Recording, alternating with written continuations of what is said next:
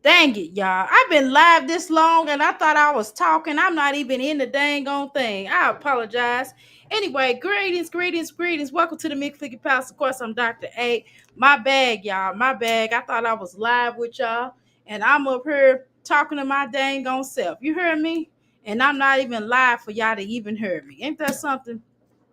If y'all don't mind, go ahead and share this out for me. That would really be greatly appreciated.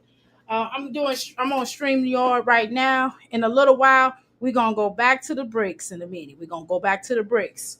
Okay, share this out for me. Let me share it out again and let everybody know that we live over here. Okay.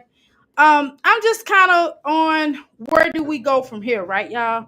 I'm just kind of on what do we talk about from here? You know what I mean? We show every mommy, and I like this sector. That's not that. I ain't gonna sit up here and say, oh, this sector, blah blah blah. That is so stupid for me to say that I don't like this sector because I love this sector actually. To be honest, okay. Let's be clear about that. Nobody, I'm not gonna try to lie to y'all and make it this sector I don't like. It'd be a lie if I told you I didn't like this sector. Actually, I love this sector. This is a definitely fun sector. It really truly is. Okay, and I enjoy it. I enjoy the energy of it. More importantly, I enjoy the people. Hold on, we were live. I'm trying to do a share out. Okay, there we go. All right, I'm just doing a share out if y'all don't mind. So I like this. How you doing, Medusa? I like this sector. I like the things that we talk about over here. I like the energy of this sector. But at the same time, only thing I don't like about the sector is I'm ready for Jasmine to be dethroned. Is that how you doing, Teresa? How you doing, Medusa? Welcome to me, Fleeky Palace, of course. I'm ready for Jasmine, Chrissy, and Olivia, especially Jasmine, to be dethroned. Right? I no longer want them to have a voice or care. I would like for people no longer to care about what they're talking about. Because at this point, it's just dumb, right? Because all we're doing is watching the same old thing. And then she's like, "How you doing, Tracy? Welcome to Figure Palace." Okay, how you doing, Nicola? So I'm at this point, I'm gonna drop the link. I would like to know what y'all think. What do y'all think? Where do we go from here, y'all? Where do we go? Where do we go? Because we was just on Suma's panel, and shout out to Suma, right? We was up there talking. We was getting down on our conversation. And I wish y'all could have heard what we were talking about. So anyway, I dropped the link. If y'all want to come up, we can have a conversation about it. But I'm just wondering where we go from here because it's getting boring, right? It's getting boring. These mom Jasmine doing the same old thing. We watching Olivia's go around smell like a tuna fish. None of the baby daddies is not gonna do nothing for them. I mean, only person that's really doing for their children is Gerard. We tired of that. We tired of Zolo. Zolo didn't infected the sector. Olivia brought up Zolo up here, and now he up there talking. This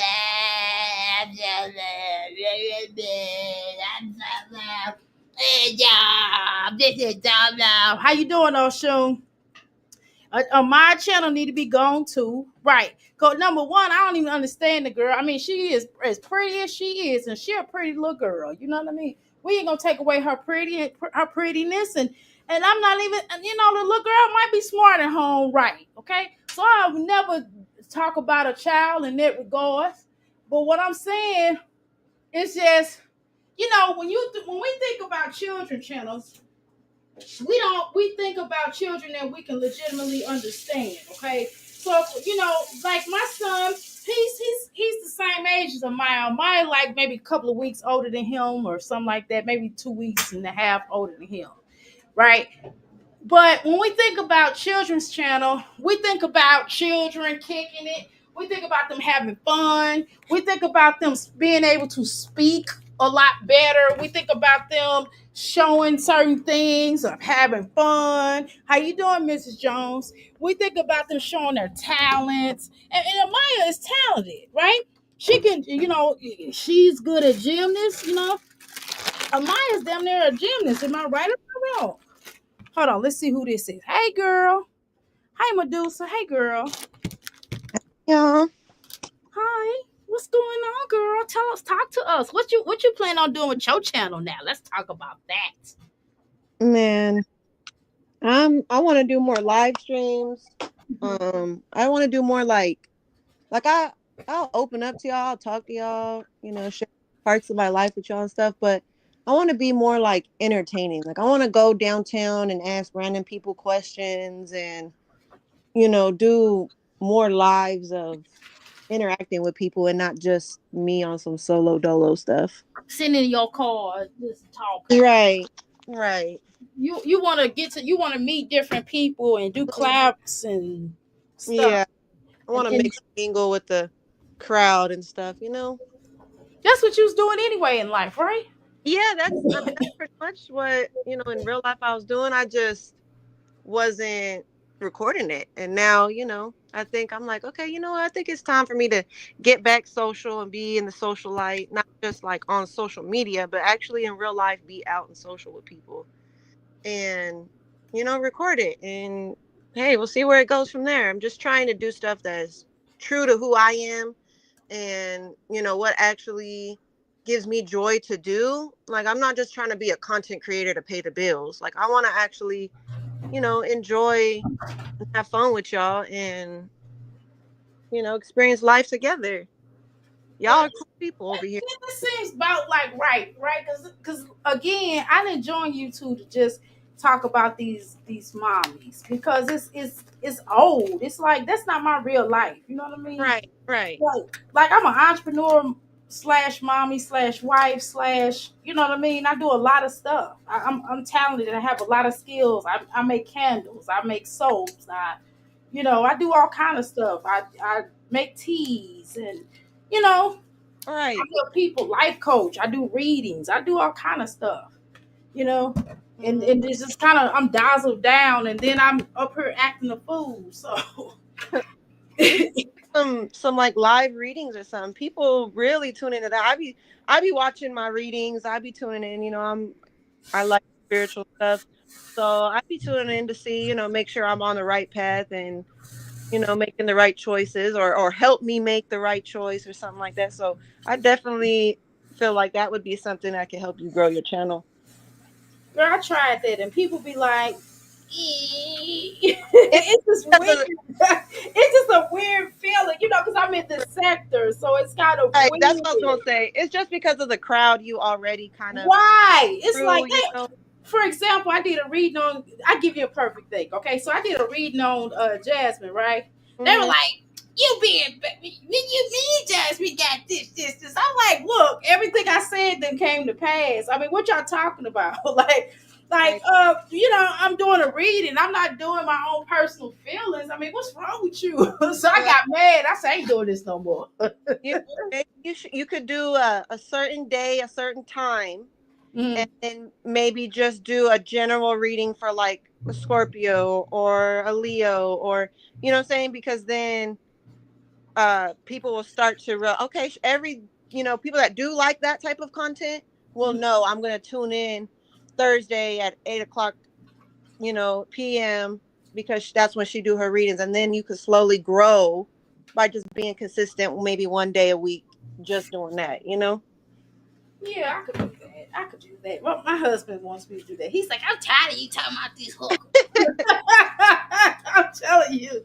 He going when I start talking about them, he goes in the other room. He's like, I don't want to be in there. I don't even want to hear nothing about these women that ain't doing nothing with their lives. Right. Like he's like, it's a shame. He be going on. Yeah, I think everybody kind of moving away from that because it's draining in a sense. It's like, okay, we keep seeing the same shit, and who's gonna want to watch somebody just make the same mistake over and over and over? Now it gets boring. Now you just dumb as heck, Yeah. and you feel me? And people just don't want to are not going to enjoy just one repeat a cycle over and over again. I'm Like, getting ready to do a reading in a few minutes. I am. I'm trying to wipe this stove. I'm gonna wipe this sink off. When I get done wiping this sink off, I'm gonna do a reading. I'm gonna go upstairs, get my little cards. I'm gonna get my little cards so I can feel my energy, and I'm gonna do my little tea thing, my little tea leaves. Dr. A, yes, do mine. I will. I do sample reads. If everybody want a sample reading right now, I'll do it. If you type in me, and I'm getting ready to do one on with this. Ready for it. Okay, hold on. Let me take my little gloves off. I'm gonna let my little stuff. Hold on. Go ahead, talk, Medusa, because I gotta run upstairs real quick. Okay, okay. I'm ready for this. Oh, look at Nona said, "Me, do me." I like hearing my readings. I'm connected to a spiritual side. I'm more spiritual than I am religious. Right. I do believe in God. I do believe, in all that, but I'm really not a church going kind of gal. Say. Okay, let's see where I got y'all. Let's see what I got here. Okay, let's see. I'm trying to see which ones I'm gonna use. It'd be nice if I could have access to my thing, but Baby Suge Knight is in the other room and he done took over my little area that I had my little cards and he done put his little how to build a house. How you doing, Miss True? Oh, there's Black and Bougie. Oh, Black and Bougie. Black and Bougie. I'm the topic today, social intellect. How about that?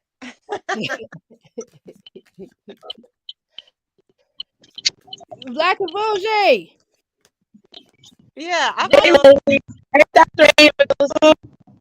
Hey. your comment. I don't feel like you need to go to a place that's titled a church in order to talk to your God or ask for guidance or pray or praise or worship or whatever terms you like to use. I don't feel like you have to go, to a specific building to prove to people that you believe in God or a good person or whatever. I got my Okay. own trauma behind church and church going people, I feel like. So that could be, a reason why I feel how I feel. But This is Black and Bougie favorite topic. I'm sorry. Yeah, I bring this to go. You said I'm what? like shouting my hedonism down to you people's breaking throat. up. You breaking up, Black and Bougie. Yeah, you breaking up, man. My bad. I probably got a bad connection. Hold on. Yeah, come right back. Yeah. Yeah, call me when you Okay. get home. Because I know you driving. I Okay. already know you. Okay. Okay. All right. So the topic of the day, Miss my one of my favorite girls. First of all, my favorite girl, one of my favorite girls. My favorite topic is just, I don't know what my topic is. I'm just gonna do some sample reads. How about that? Just for a little while. Girl, you're not the oh Lord. Oh Lord, Miss Social Intellect, how you doing, pineapples? I love me some social intellect. How you doing, Miss True? How you doing, Oshun? How you doing, TS? Okay, y'all, I'm getting ready to start my little readings. Okay, first we're gonna do uh Medusa. We're gonna do Medusa first. What happened? I'm gonna drop the link again. Now I know you didn't drop off of here. Now let's click on her. I'm gonna do Medusa real quick. Okay. And then we're gonna just talk about the mommy scepter. I kind of want to know y'all opinion about what y'all thoughts are on where should we go with this mommy scepter, y'all? 'Cause there's Medusa again. Okay, there we go. My Okay. bad. I done hit the button. Yeah, I did that earlier. That's what happened to me. I tried to fake it off. I was embarrassed. I actually hit the button. I don't know what I did. Okay. All right. So let's talk about it. Okay. All right. Let me tell you what I see. Okay. Tell Uh me. Hold on. I'm gonna do a sample so y'all can see what I do. How you doing back with the T, girl? Oh, I love black with y'all go to back with the T. That girl is Hey, tea crazy. time. Back with the T is crazy as heck. Girl, I ain't got time for her. She is funny. She's like, oh, when she talks, she cracks me up. And another thing, Jasmine, and another thing, that. She cracks me up. I just laugh. She be having me laugh. I can't. She another one. Sometimes I can't be in the chest. I'm like, you talking about such and such. I can't be over. I gotta be in the bushes. That's how I have to do. I mean, I just be keeping it real. I'm like, look, I'm gonna sit in the bushes, but I support you because I like you. Okay, you just like some people, but you gotta Yep. be in the bushes. I have to be in the bushes. That's how I do. social intellect too. I sit in the bushes. I'm like, girl, you talking about, you talking about I can't sit up in here, but I'll be in the bush because I like her. But so I try to, this is a place where everybody can come and chill. Okay, let me do my read. And listen back with the T. Don't, girl, are you listening back with the T? Respond. Are you listening? Girl, don't you be over on your chair talking about me now. Cause I like you. Don't be over your chair saying, yeah, I'm gonna expose Dr. A. Don't you expose me, girl. Don't black with the T. Do you hear me, girl? Don't you be over there trying to expose me. I don't like that. Don't do me like that, okay? You heard me back with the T. Dr. Don't A. act like you ain't here. Is she responding? It's back with the T responding. Girl, don't you be over there trying to expose Dr. A. Don't be trying to be mean to me because I like you. How Quinta? Girl, no. Don't be over there trying to expose me, girl. Cause anything you want to know, just ask and I'll tell you. Right. Okay? Right. Don't Same. be over there exposing me. I like you now. What she ain't gonna say nothing now. Now she gonna just dip out. Ooh, T. You got a lot of nerve. Now you ain't got nothing else to say to Dr. A. Now you come on out here. You say what you gotta say. No, I'm just playing. But I like back with the T though. Okay, that's my girl. She cool. Okay. All right, let me do it. Tea time, another person I turned over to the Medusa side. Tea time was not fucking with me at first. I know.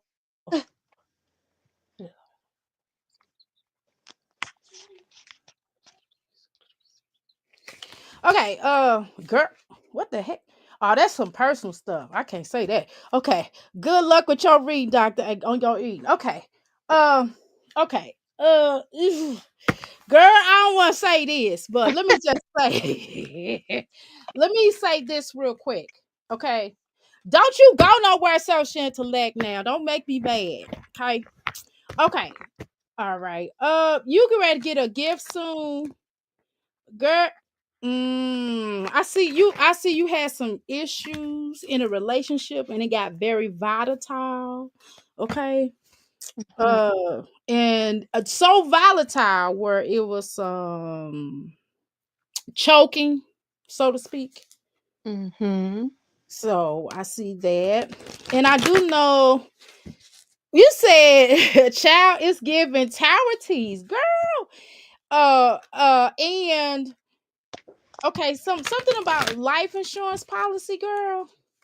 So I'm not sure if you taking out a life insurance policy, or maybe somebody in your family got a life insurance policy that they're gonna leave you some little something to take care of you because they feel a ways and they want to make sure that you taken care of. So they are concerned with you.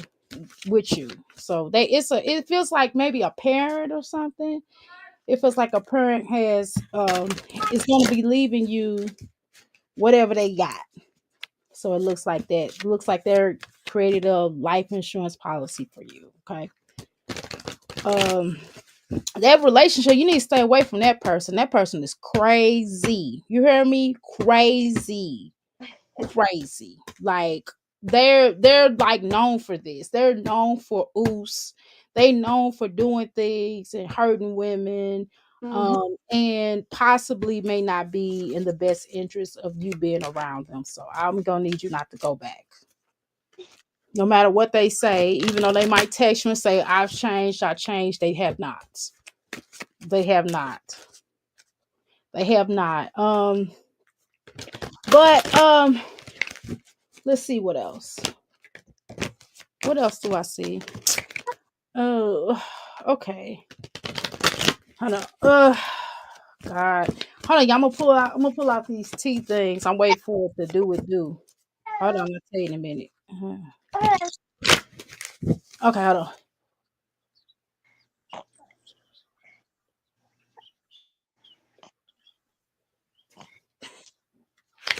Okay. God, they said you need to deal, you need to stop. They said you run too fast. You run too fast and you have to deal with the stuff that you need to deal with and not run for it. And then they talk about that after everything is over with, there's going to be a change. So they said once you get through a storm, you're going to come on to something that's going to make more sense for you in your life. Even on the terms of, let's see, they said that although you've lost a lot of things, you like your confidence at one point in time, you lost some success that you had going on in another area. They said that something about a chaotic energy. They talk about that you get anxiety during moments sometimes, and they talk about your heart is where your heart is. So they do talk about progression, and they told you need to you don't need to worry about. Isn't you shouldn't be worried about anything right now. You just need to focus on what you set out to do, and just do it and stop procrastinating. They said that you kind of procrastinate a little bit. You always say what you're gonna do and you don't do it. They talk about that you have to be you are in a creative space right now, and due to you being in a creative space, you're gonna have to not allow your creativity to get the best of you. Mm.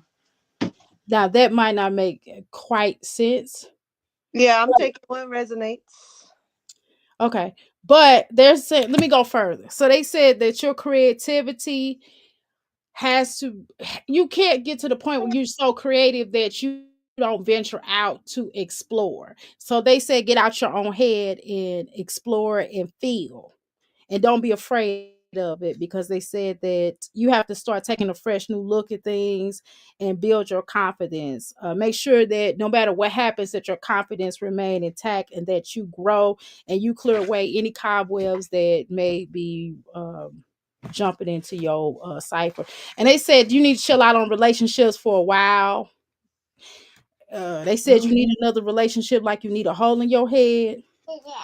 uh and just start tapping into the things that you need to do, and you need to not allow yourself to be stagnant.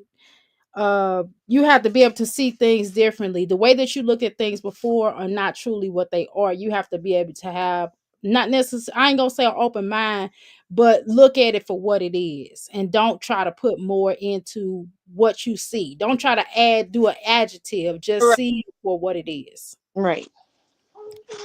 um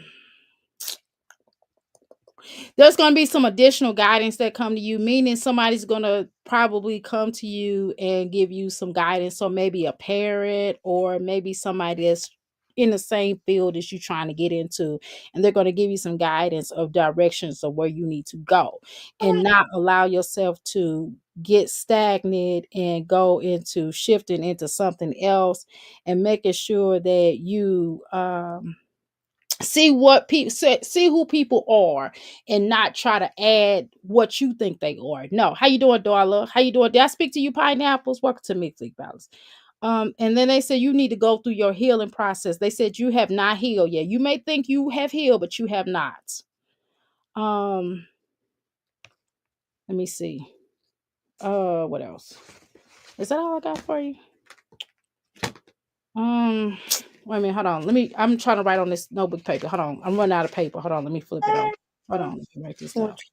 Um, Here. let's see. They do talk about when I say they, I mean universe. So a lot of people would be like, "What the heck? She talking about they?" I'm talking about the universe girl.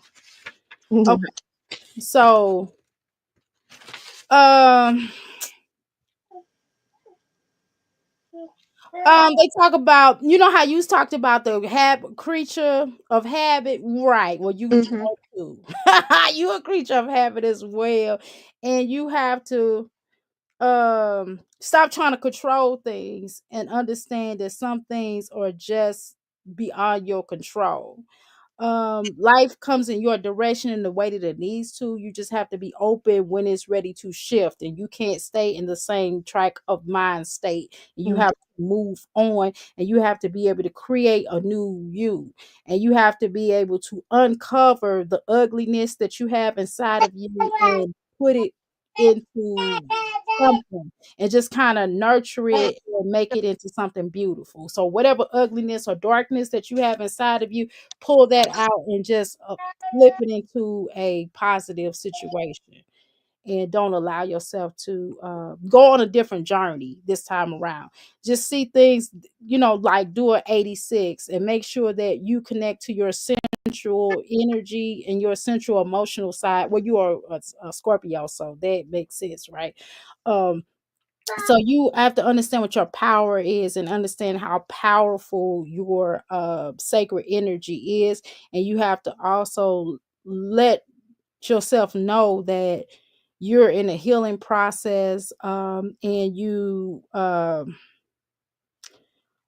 to have some different blessed, and be blessed that you have the relationships that you've had, because it was a part of your journey, and you have to learn from the relationships, and also not just looking at what that person played in the relationship or the mistakes that they did, but you also have to look at the mistakes that you've made in that relationship, and make sure that you are on point, and that you don't allow um like the blame game. Don't be like, well, he did this, well, he did this. You have to also say, well, what did I do?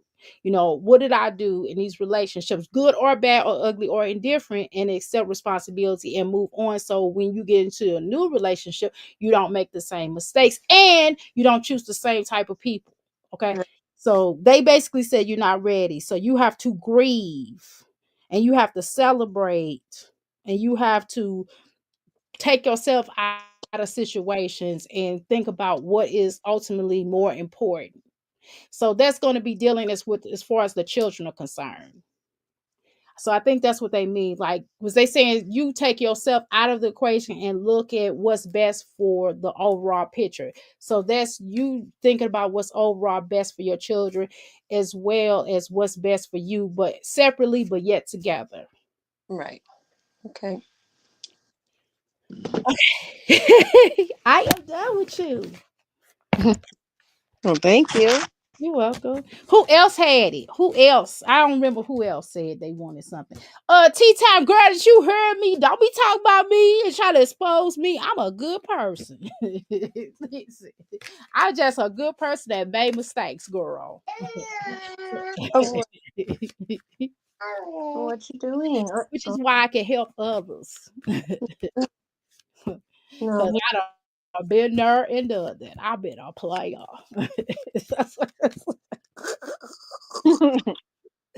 Uh, so yeah. So where do we go from here in this sector? What do y'all think? Ty, you want to come up here? Because I got some questions for you, girl. I got some questions, and you don't have to show your face, obviously, because I'm not showing my screen because I look like. But I got a question. Anybody else want to come up here? Because I'm on some. Where do we go from here, y'all? Because I am at a point where I just kind of want to. That's why I have not really been coming live like I want to, because I can't creatively express myself because I feel like I'm just stuck. I'm in a rut of just us talking about these mommies, and Right. it's not good for my business. It really isn't, because I'm a life coach, I am a mother, I am a grandmother. You gotta say grandmother in a certain way. I'm a mommy of 4 children. Okay. I'm a wife. I'm a good wife and I'm a good mom. And grandma, I could probably do a little bit more work, but shoot, my grandchildren be all over the place, y'all, and I can't. Like I can't. They too much for me, y'all. Like I can't do it, y'all. I can't do it by myself. It's bad. They're not bad, but my son be like, Mom, I'm just gonna come with them. I'm like, yeah. I be like, yeah, woo. I be so tense when he's like, well, I'm gonna bring all 4 of them. I be like, what? Like it be a lot, y'all. Oh my God, it'd be a lot. I'm telling you, especially that little boy. That little And boy is three. It's 5 of them, but the oldest boy, he's 16. He cool. I could deal with him. He's 16. I right. don't have to really tell him that. But them other ones, them other 4, whoo, honey, they be all girl Medusa. They be off the chain. That other one, and then the girl, my namesake. Kamira, woo, she be jumping over couches, she be flipping over stuff. I be like, she in kindergarten. I can't do it, honey. I Oh my God. Boys are so different than That's girls. the girl. Boys. That's the girl. Oh my goodness.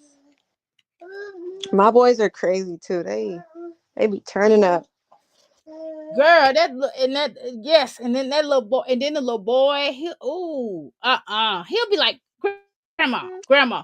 And then he'll grab my locks and then he'll be swinging on my locks. He'll be swinging from them and laughing. Oh no, I can't do it. He in pre-K. That's a lot, y'all. I can't do it now.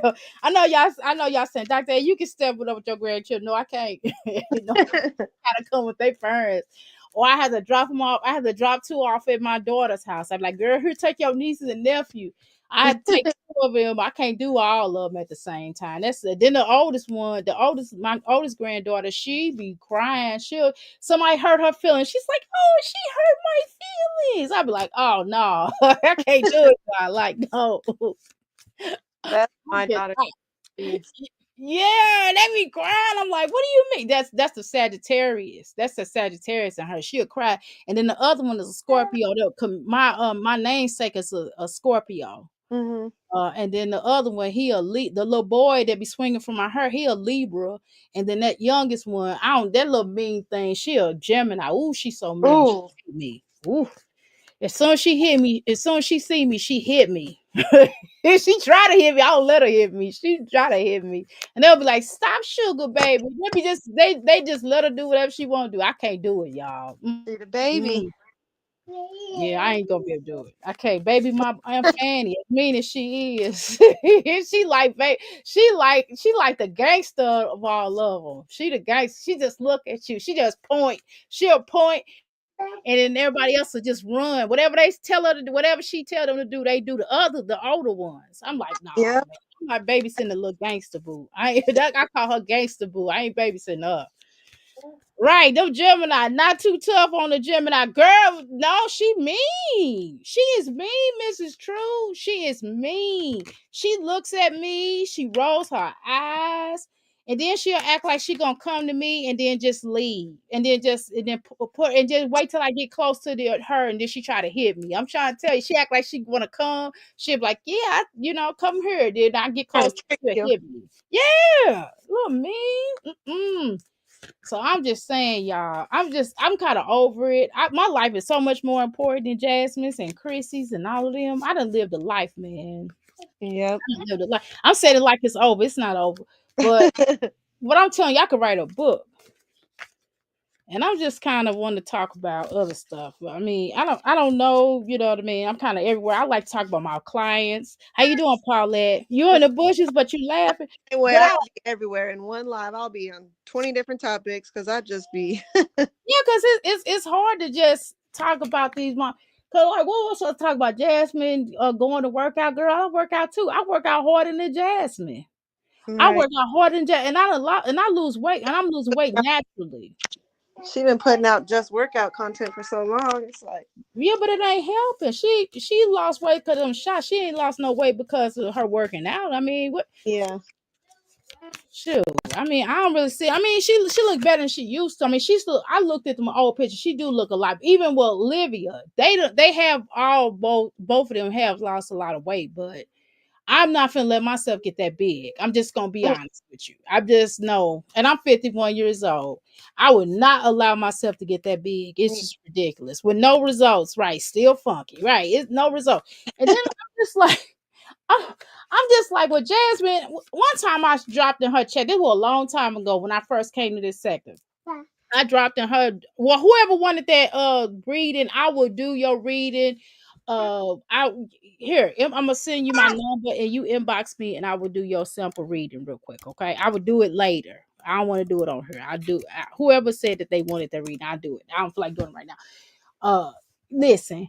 Um, so for me, I don't know. So I dropped in her chat and I was just like, well, dang. I was like, she was like, oh, she's, what did she say? What is her favorite word? She's disconnected, she withdrawn, or something. She said she was triggered or she was overwhelmed or something. And I was like, well, you need to go to a therapist. I was just basically telling her she need to go to a therapist. And she was on some stuff like, well, no, whatever. So I'm like, well, what's the point of coming up here? Like, this is not Dear Diary, Right. I mean, what else we gonna say? Well, you're overwhelmed, you're not feeling well, you're not doing good, you're not, you know what I mean? I'm just saying, if you had, and then you was overwhelmed with just four of them. Okay, so why would you turn around and have another one if you were overwhelmed? That just was weird Right. to me. That was just so weird. And I'm gonna keep talking about that. I'm telling you, baby Suge Knight be out of here. They're like now he done went back in there. When I was talking about the reading and everything, he was looking at me. He came in there, he thumbs up, and then he left out. And then I started talking about this mess again. He looked at me and went thumbs down. Just waking up from a nap. Oh my god, I'm tired of feeding the homeless. Oh my god. Ooh. Ain't nothing like a big old soul, right? Paying what's that out of pocket, right? For cheap heifer, right? I really think these mommies want to stay at home and collect government benefits. I believe in therapy keeps me balanced. Okay, I do too. And how you doing, Rose? And yeah, it is ridiculous though, because I mean, I don't think it's anything wrong with going to getting therapy. Heck, I didn't have therapy before. I had to have therapy. I'm telling you, I had to have therapy. I'm gonna tell y'all when I had therapy. I tell you, the two times I had therapy. No, three. I had therapy when I had a miscarriage. I had that, and then I had therapy when I lost my best friend, and I had therapy when I left the movement because that kind of messed up my head a little bit because I saw a lot of stuff, and just I saw a lot of death and just dealing with a lot of things, getting paranoid, thinking everybody plotting on me type of thing. So I had to go through that. And then I became a life coach. And I'm telling you that my therapist was like, you should really get into therapy. You should really help people because you're processing it yourself dang near. And I was just like, look, I ain't got time. I just some principle that certain therapists do, I can't necessarily do. But I think eventually I should have gone for therapy a long time ago. But I think well, really, I should became a medical doctor, to be honest, right? But I think what happened for me with doing becoming a medical doctor was math. I ain't gonna lie, y'all. Math is a weakness for me. You know, I'm gonna be honest. Cause helping my son with his math homework now, I'll be like, what is that? Fractions. Let me think. Let me think for a second. He'd be like, the answer's two, mom. I'm like, well, then why if you knew it, then why you Why covering you it and asking ask me? me? Yeah, Tracy keeps me from messing people up, girl. Now you go. Okay, you go twice a week. Okay, yeah, I'm trying to tell you. True, right. Say it louder. Same here. Yeah, I'm trying to tell you, I had to because I felt like I was slipping. You know how you feel when you go through something, when you go through traumatic things, and you feel like you slipping, and you feel like, man, you feel like it's rough, and you just have to, you got to go through some things. You got to you got Mhm. to deal with it. I'm a person who like to deal with stuff face on. I don't Right, necessarily want to run, right? When I'm running, like I might run in that moment. Like sometimes I might have to get away because I might right. want to slap To somebody. analyze the situation from the Right. outside. Right. To run to get away to analyze it because I don't want to hurt nobody. Right. So I have Right. to step away. Well, so I call it stepping away. You have to step away for a second and then go regroup and go, okay, let me look at what I did wrong. And then I'm gonna look at what they did wrong, what I didn't like what they did. And then I'm able to talk about it as an adult. Yeah. I be trying to step away and then put myself in their shoes and try to see shit from their perspective on why Mhm. they think that way or feel that way, So it can help me understand like the situation and not be mad at the situation. Yeah, because it get ugly. I'm trying to tell you. And that's why I like to deal with my ugliness, but I try my best to And deal with it. you gotta know what type of people you're dealing with. Like some Yes, people don't know no better and you can't be mad at them right. because they just don't know no better. Like you kind of have to have sympathy for them because damn, you really don't know no better. Like And then, but I also feel like just because you got some issues, don't mean that you just have the right to treat me like crap too. right, right, You know what I right, mean? Like I can go, okay, well, I know such and such got issues, but they don't get on the right to treat me okay, like crap. So therefore, right, I will disconnect. I'm right, good at right. that. I'm That's what I mean excellent. too. I mean when I say that, I mean Mhm. like disconnect, Right. don't associate, just go on about your day because they not worth it because they not Exactly. get True. it. Like So I get that. I totally get that. I'm definitely a wholehearted person. I mean, I don't care. I have an aunt that I can't stand. Like if I see her, if in my mind it's like that, right? But however, I just refrain from that. I just be like, okay, well, we just ain't cool, so let me not talk to her. I'll speak sometimes if I'm in the mood. If she speaks to me first, then I will acknowledge her. If she doesn't say anything, I won't say anything. I'm just gonna be honest. Right. I can't deal with situations like, heck no, right?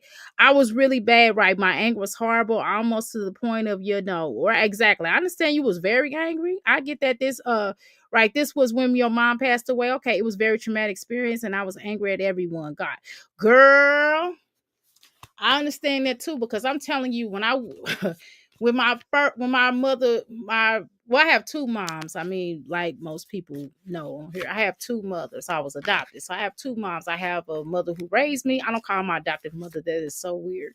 But I have two moms, and my mother who raised me, when she passed away, I felt the ways because here I come. I'm come driving 4 hours away, and my father shows me the obituary, and I'm like, "Where's my name at?"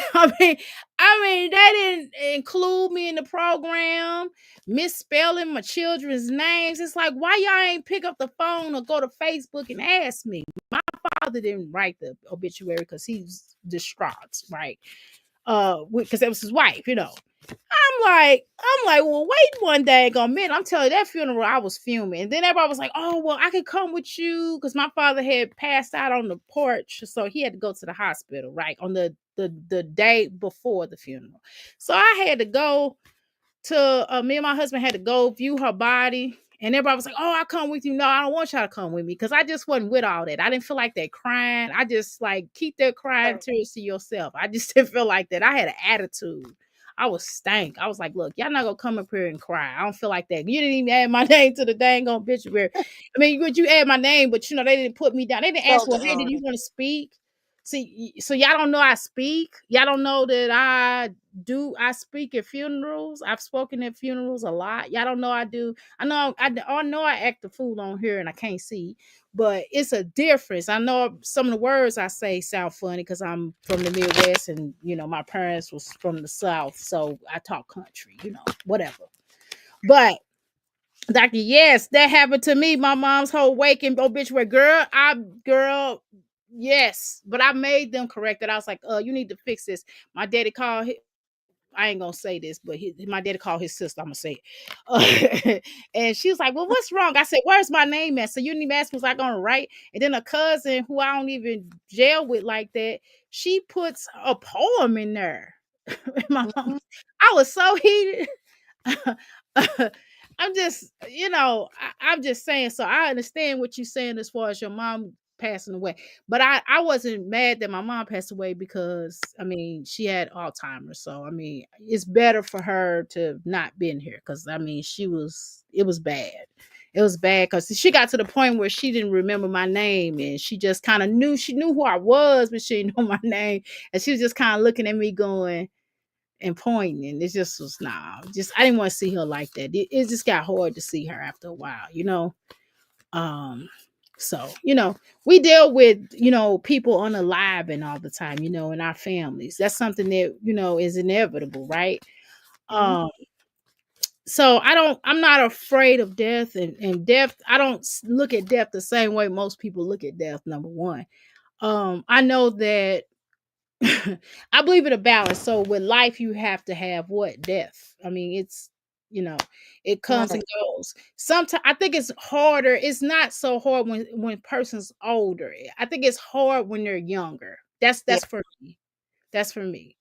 Because again, they have not, and I know in my mind that, spiritually speaking, of course, we know that we all have purposes here on this planet, right? Some of us are just meant to unfortunately unalive, just being honest. Some of us have a purpose and sometimes that person um unalive, and sometimes something good can come out of it and sometimes something really bad can come out of it, right? But it's just really sad when we look at our family, because you can't tell nobody family to not mourn, because we all mourn in the ways that we need to mourn in. But I know that when my mother passed away, I wasn't sad. I really wasn't.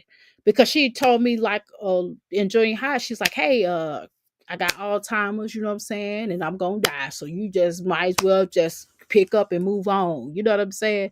So that's what it was. Oh, So so you knew like yeah, years. I do. Yeah, you could just see up on her. You could just see it.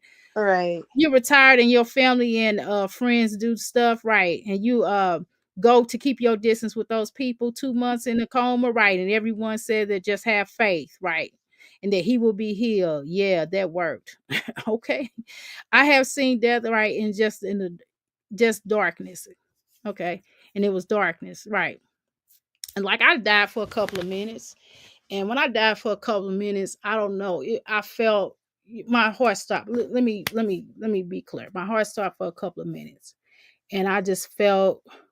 I don't know. I felt weird, right? I could see myself outside. You know what I mean? I just was kind of like chilling. I ain't gonna lie. What it wasn't like, And then they brought me back, and then I woke up and I was in recovery room. So it was kind of like that. So I don't, I really don't. Other than seeing myself outside of myself, that's kind of what I saw, and that was kind of it, and that's kind of how it was. I don't know about anybody else. If anybody else went through something like that, but that wasn't surprisingly that wasn't very traumatic for me. Uh, it probably should have been. I probably need to sit down on someone's couch. Um, I think you know what, Medusa. I think more so for me right now. I think what I'm dealing with right now, and I don't think it's a bad thing, and it's not necessarily a good thing, but it's a thing, right? What I'm doing right now is I'm building a family tree, and so as I'm building a family tree, I have like literally, okay, let's first get that off the chest. I have like literally like 6 different family trees, right? Yeah. So in doing this family tree, I'm discovering and learning more about my biological family. And so I already got my mother and them side down pack. I just gotta kind of do something on her father's. You seen nothing but darkness? Yeah, I just saw myself. And that was kind of it. It was just weird. And I was looking down at myself and I was just like, okay. Um, but in building a family tree, I'm finding out a lot of stuff, and I'm kind of telling you that that's some stuff there, and I'm kind of like dealing with that. And then Mhm. I'm calling people. I'm like asking, well, what do you know about this? And these people I never talked to in my life, and they're kind of like, oh, hey, oh, we're cousins. I'm like, yeah, we actually first cousins. Oh, okay. Yeah, oh, we are. And then I got aunties calling me, yeah, you my niece. I'm like, oh, okay, hey. So that's kind of weird. And so I found out, check this out, y'all. I found out my grandfather was a herbalist, right? And I'm a herbalist, right? Really weird, right? Yeah. Uh wait, same here. That's why I don't mess with people's moms and sisters to this day. And my mom was 50 and when she passed away. I have lived with my mom for about you lived wait. I have outlived Outlive. my mom. Okay, got you. I have outlived my mom by about 5 years. Okay. You will be 55 on a girl. What?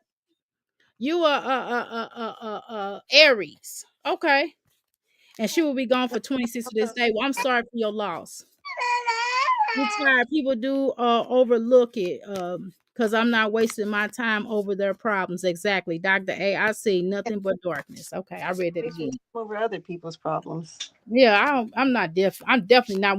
When I shut off, when I deal with my clients, when I go home, I'm at home. People be calling me, they be like, I know you don't remember me, but I came in a year ago and I'm like, I have to look back at when they call me. I'm telling you, because I don't hold stuff in. I don't keep stuff in. I don't keep stuff in with myself. I don't like keep on, going over and over and over stuff like again like that. Right. I just kind of deal with it and move on from it. That's just, you can't hold stuff in. You know what I mean? You can't hold stuff in. I just either I'm gonna forgive somebody or I'm not gonna forgive them. Or if I do forgive them, I'm gonna keep bringing it up. Because somebody wronged me. Oh, you wronged me, Marsha, Marsha, Marsha. I just, that's not going to help you. That's not going to help that person. It's not going to help you to Or relive. the situation. Right, because you hurt somebody, they hurt you. I'm not gonna keep reliving that. That's just not me. I'm just not. I remember one time I heard somebody feeling they was like, "Oh, you're not upset. You're not upset. Why you not upset? Why you not?" I'm like, "Well, I told you I was sorry. You know what I mean? I'm not gonna keep reliving it." And they were like, "Well, suppose people ain't over that." Well, that's something they have to work on. They have to heal from that because I'm not gonna keep reliving it. I'm not gonna keep. I said I was sorry, okay, and I'm not saying that what I did may not have been traumatic for you, or whether it was, or whether it wasn't, but I'm not gonna keep reliving that. That's just you. Nobody should do that. You can't make nobody keep reliving what they did to you. That's just the way. Now, only time now, let's talk about. Wait a minute. There are some things that you can force somebody to relive. Now, that's something different. Now, I'm talking about violations. You know what I mean? Oos. ABUSE. Yeah, those is something different versus just reliving somebody hurt, somebody mentally abusive or physically abusive. That's something different, right? But if I stepped on your toe or whatever, it's something different. But you don't have to deal with that person once. But at the same time, when people hurt you, you can't keep reliving that. And you can't expect others to, because everybody's not in the same place, right? Yes, Dr. A, I'm an Aries, so the second so is your second daughter. Lord, girl, I got one Aries child, and my biological mom is an Aries. I'm gonna drop this link again. If y'all want to come up, y'all can I'm not trying to take over the conversation for Medusa. I don't know. I just felt in my heart to say what I said. I'm just tired of talking about these mommies, y'all. Darla, same here. Okay, your mom's baby sister at the one that you mentioned above. Okay, you don't give a but I understand what you're saying. Yes, right, understand, but you know that the person and ignore or not allow them into your life anymore. Right. It's sad, but it happens to all of us. Exactly. I mean, that's what happens. I mean, I'm not gonna relive moments of pain constantly. I'm just not wired like that. Some people are, and that's when people are wired like that, then you need to go seek help. If you have to keep reliving something, or you can't get over something. And sometimes, let me tell you something else. Sometimes I've also noticed this. I think sometimes people invite people into their lives, after that person hurt them, just to keep torturing them. That's something that victims do too. And unfortunately, that sometimes the victim, the person that caused the damage, will do that as well. They will invite that person again so they could, go back over it and hurt them over again. You know what I'm saying? And sometimes the victim will invite them into their lives just so they can hurt them more. And that's not something I'm into as well. That's why a lot of times when you're in certain situations, sometimes if you're in a relationship where you know that this person did not treat you well, and if you end the relationship, sometimes it's best, even if they say they're forgiving you, or let's say you caused it, right? And if they say I forgive you, sometimes it's best not to even go back, because sometimes people will try to re-traumatize or reignite the situation.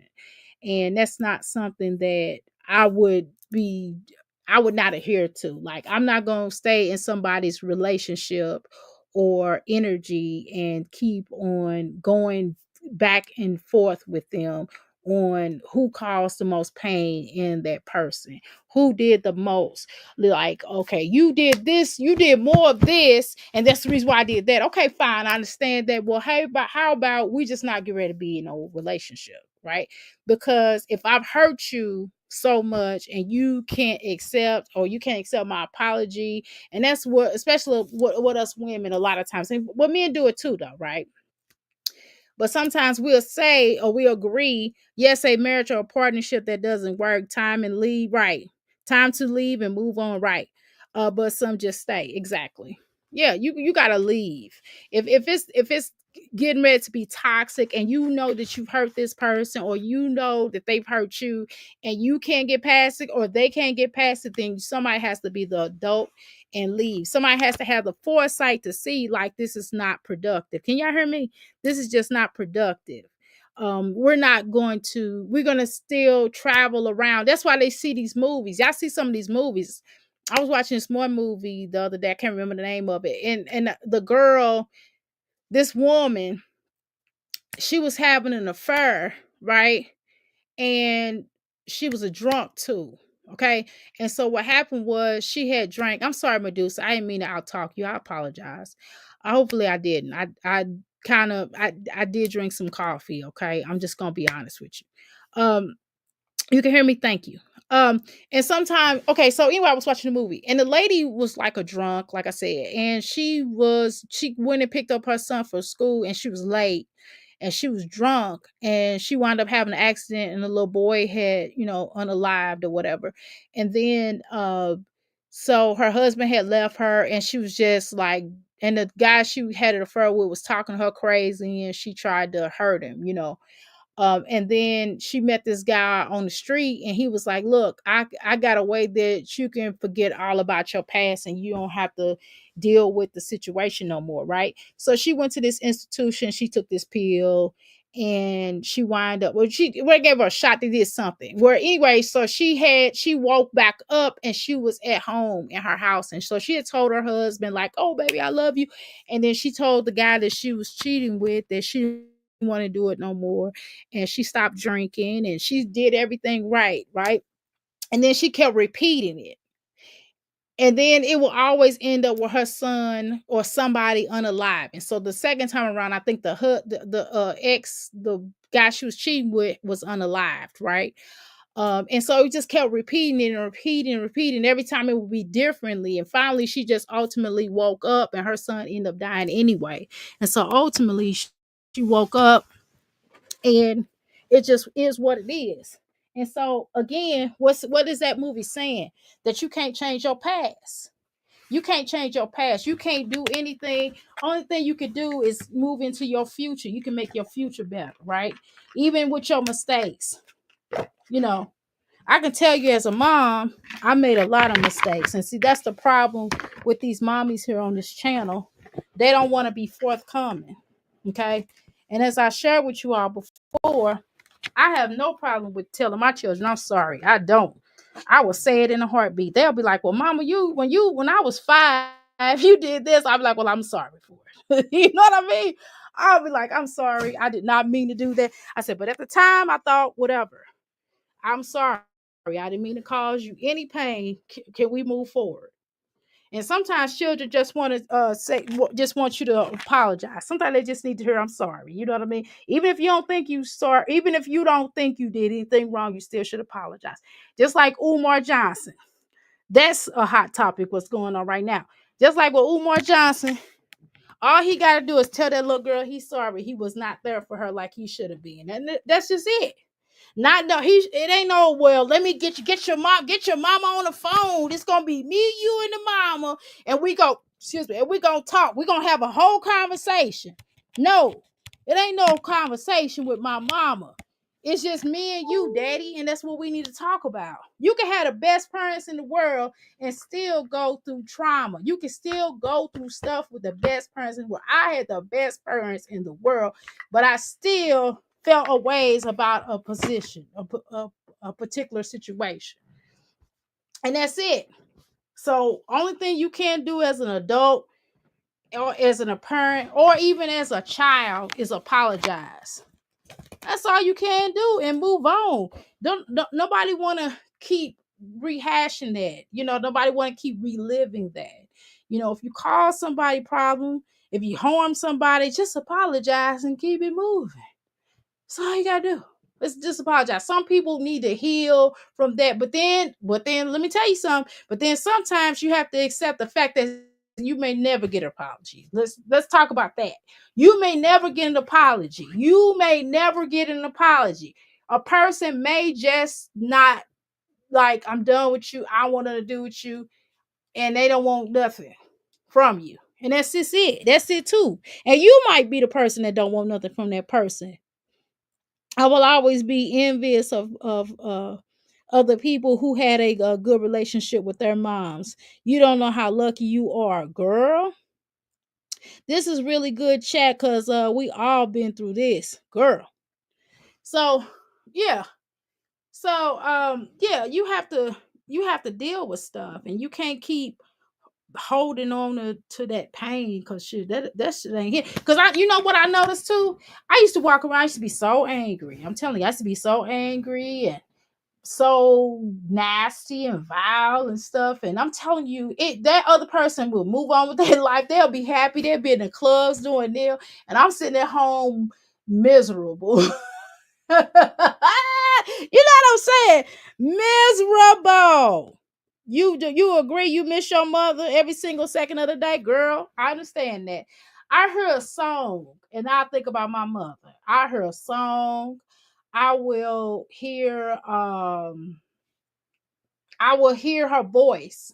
I will hear her voice saying to me, like if I do something, I hear her. If I don't talk to my daddy, like in a couple of days, she'll be like, "Hey, I heard my mother say, call your daddy. See how you doing? What your daddy doing? Call him." You know what I mean? And I end up calling. I'm like, "Daddy, I'm told to call you. Right? You miss your dad too? Oh, I'm sorry about everybody's loss. I couldn't even tell if you're the date of her death, her alive." And I understand. Yeah, and I think it would be really hard for my, if my father passed away. I think I would definitely, it would be hard for me because I'm still that little girl. You know what I mean? I'm still, when it comes to my father, although I'm a grown woman, I'm still that little girl. You know what I mean? My daddy still sees me as that little girl. I still see my daddy as this giant guy. He's not giant at all, but I just still see him as that giant guy that, you know, will protect me. When somebody hurt my feelings, I'll go run to my daddy, like, he hurt my feelings. To this day, I call my daddy. I'm like, "Yeah, daddy, I was on YouTube clowning him." What he said, "What you say, girl?" And I tell him every curse word that I gotta say. You know what I mean, or whatever. And it's just, you know, that's my daddy. You know, I think of my daddy as like, my daddy was my first hero. You know, my daddy, regardless. And what I like about my parents, what I've always enjoyed about my parents, y'all, is that my mother, whatever my parents had going on, my mother never put me in a position of having to choose my father over her. I mean, they still stayed married up until she passed away, right? But my mother never put me in a grown-up situation. And I think a lot of times, sometimes parents will do that, but one thing I can say for my mom, she never did that. My mother would be like, "I'm angry with your daddy. You ain't got nothing to do with it. Ain't none of your business. That's between me and my husband. You have your own feelings. You can love your daddy. Just because I'm mad at your daddy, you don't have to be mad at him." And my daddy was the same way. "You sorry? Okay. I didn't want to any negative people in my life, right? So you pray to your parents before you pray to God. When you need help. Okay, nothing wrong with that. That's your ancestors. There's nothing wrong with you praying to your parents. I like that. I do too. Darla, I'm sorry. I didn't have a dad in my life. Oh, I'm sorry to hear that. But you live with your grandparents. Okay, but your grandpa was the only father. Okay, in your life. All right. Other than your uncles, you miss him a lot. Okay, I understand. Yeah, my grandfather, I had a pretty decent grandfather. I had two grandfathers I met. I was able to meet. I had one grandmother. Well, I had two grandmothers, but I don't remember the other lady. She was, I shouldn't say lady, but she was just kind of, she was my mother's stepmother. So it was kind of awkward. You know what I'm saying? She wasn't really, I don't remember her being as affectionate to me, but my mother was like, "Hey girl, you know, hey, whatever her name was." And she'll speak to her, and then she went in with my father. So it wasn't no really conversation with them. I don't think it was beef, but I just think that, you know, when you have a mother, when your mother passed away and you have a stepmother, it's not, you're gonna feel, you're not, it's not that you have beef with her, but you just don't want nobody trying to take, you know, your mother's place, right? So my mom, so I don't think the lady did that. I don't think that she did that. So it was more so my mother's sister, one of my mother's sisters, her oldest sister, raised the rest of them. My grandmother died in a fire. Okay. And so my mother's older sister basically took care of everybody. She sacrificed her life to make sure everybody was taken care of. So she took care of everybody. My grandfather worked and she stayed at home and cooked and cleaned and did all that good stuff. And my grandfather, but I think she did get married though. And when the children got to be a certain age, she did get married. And my mother kind of saw her as her mom. Does that make sense? So she was raised by her father. Her grandmother was there. My mother almost died in the fire. So it was just like some stuff. Right. So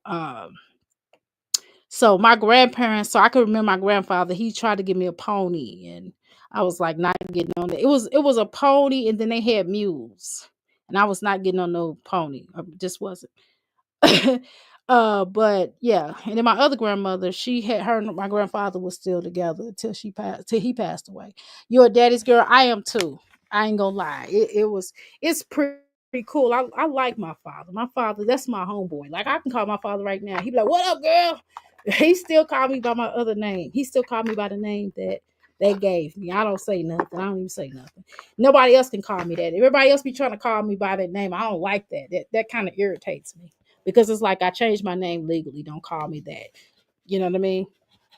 So I don't like that. And I know people get used to calling me that and they forget, and I have to remind them to not call me by my previous name that they may have known me for. Even people I went to high school with, like family members and people I went to high school with, would try to call me by that name. And I don't like that name because I don't feel like that name.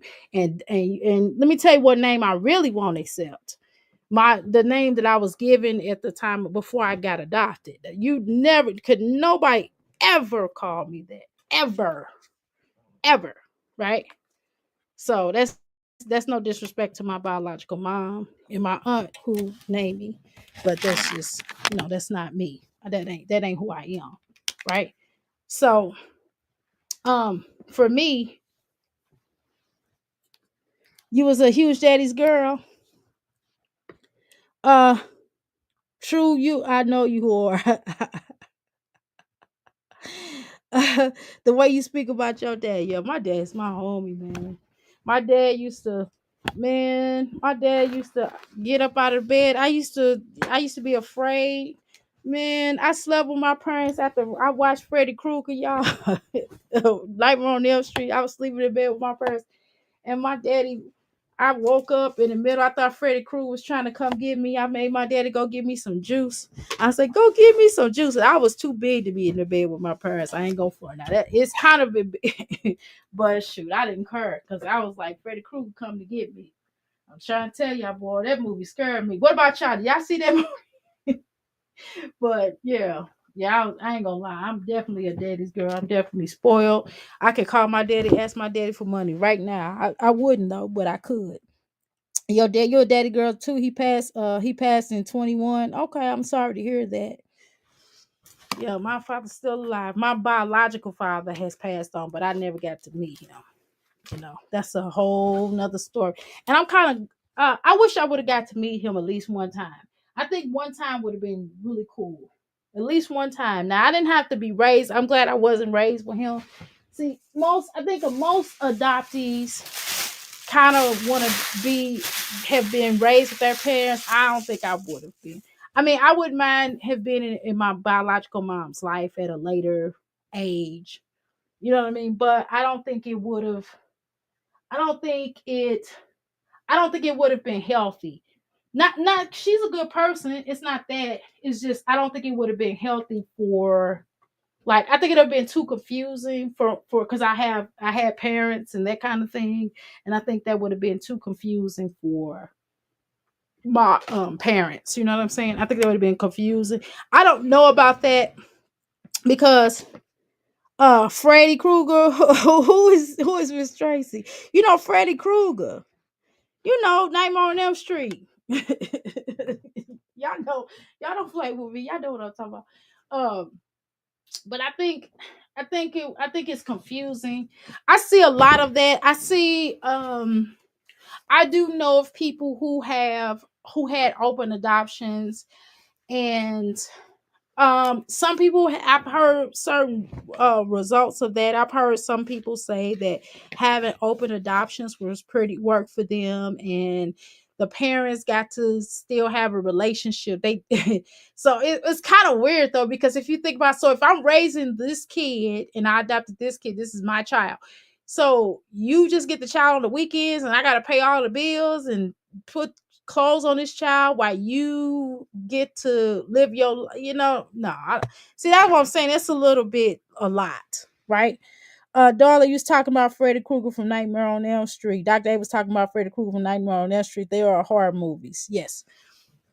Yeah, it was a horror movie. Girl, they still got it out. Google, Darla, Google it. Like, you'll see what I'm saying, girl. That dude had, his face looked like a pizza.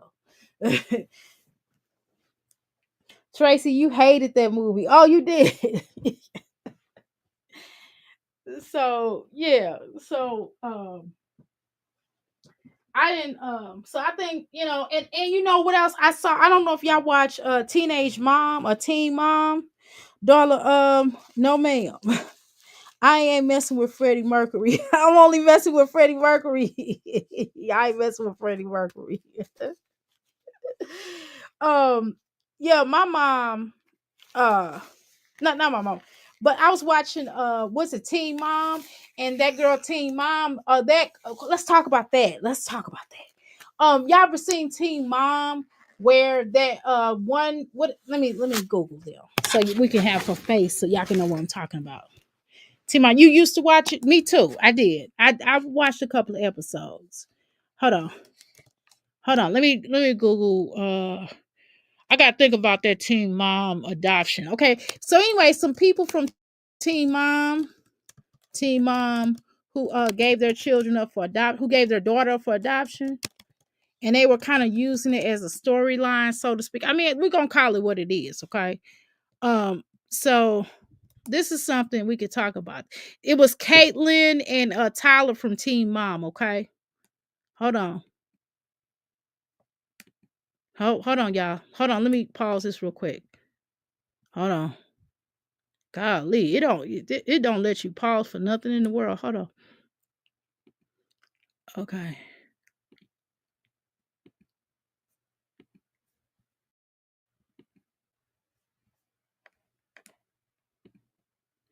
Okay. Let me pause that. So, and he said the following. He said, I would say I'm sorry. Well, apparently hell has frozen over because Tyler from Teen Mom is now apologizing to his...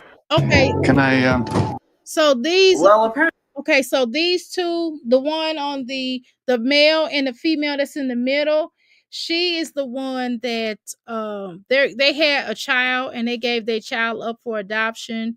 And they were kind of, there's a situation that's going on with the foster parent, the sorry, the adoptive parents. I hate to call them. Walmart. I got these, but long story short, so they signed over a situation where they were still supposed to have contact. They have a certain contract in place where they were supposed to still be able to visit with them and have a conversation with the little girl or whatever. But let's go ahead, let's take a clip of this. Can we do this? Can we talk about this, y'all? Because I think it's be interesting, right? Hold on, let's watch this real quick. Okay, hold on, y'all. Hold on, let me do me. Hold on, hold on, hold on. Hold on, y'all. Hold on.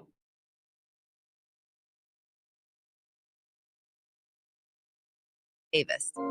The Teen Mom star and her husband, Tyler Baltiera, placed their firstborn daughter, Carly, for adoption shortly after her birth in 2009. Following the adoption, Brandon and Teresa became part of Caitlin and Tyler's storyline. It was reportedly mutually agreed upon that Caitlin and Tyler would enter into an open adoption, meaning that Brandon and Teresa would continue to allow Carly to have contact with her birth parents. However, Caitlin and Tyler have complained that Brandon and Teresa haven't upheld their end of the bargain.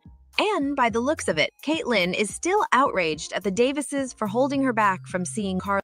Okay, so what are y'all? Okay, so we're gonna continue. It's only 2 minutes, but I had to interrupt so they won't trip, right? Copyright infringement type of thing. Okay.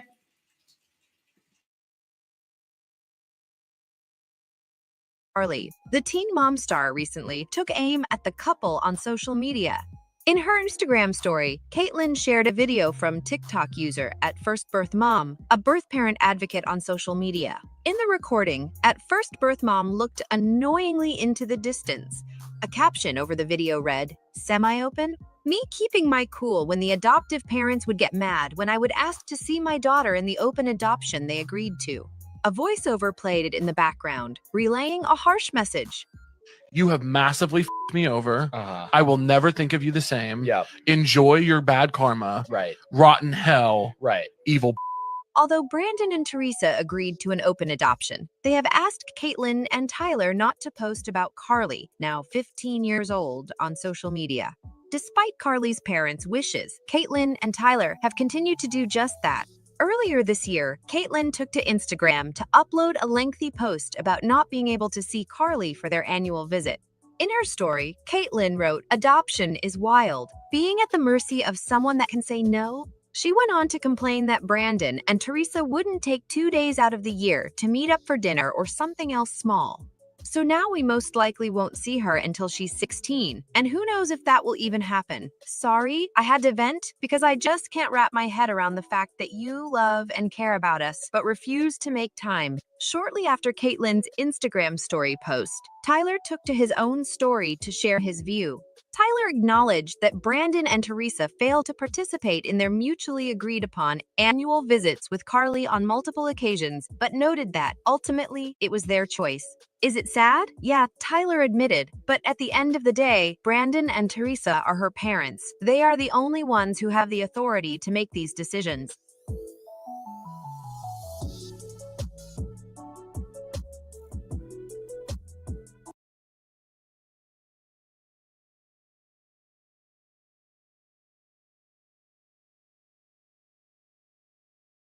Okay, so my thing is this here, okay? Let's talk about it. What is y'all thoughts on that? Poor child's probably confused. The child should be able to decide if the child wants a relationship. But let's say, I'm cleaning up the bathroom, y'all. Let's say that the child is not feeling the situation. Okay, let's say that the child and that the child doesn't want to necessarily say to their biological parents that, hey, it kind of bothers me to see you on Teen Mom, because remember, they was filming this kind of stuff. They was filming the meetups. They would take her face out of it at times, but we still see what the little girl looks like. So how you doing, Buttons? So that right there, yeah, they look old. They definitely look old, okay? No doubt about that. But think about it. Yeah, the child should have a right, but I used to think that too, right?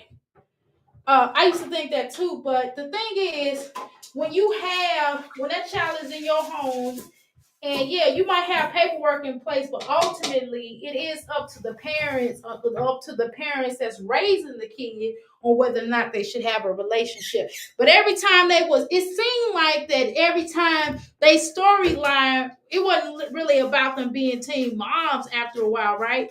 Because they were no longer teen moms, right? So it was more so their storyline seemed like, to me, this is my opinion, it seemed like their storyline was more about them giving their child up for adoption. You get what I'm saying? And so it got very aggressive, right? It got very aggressive to the point where when they would do interviews and things like that, where they would be pressing the issues, they would be showing all the texts and all this other kind of stuff. And just think about, the little girl is, school age, okay?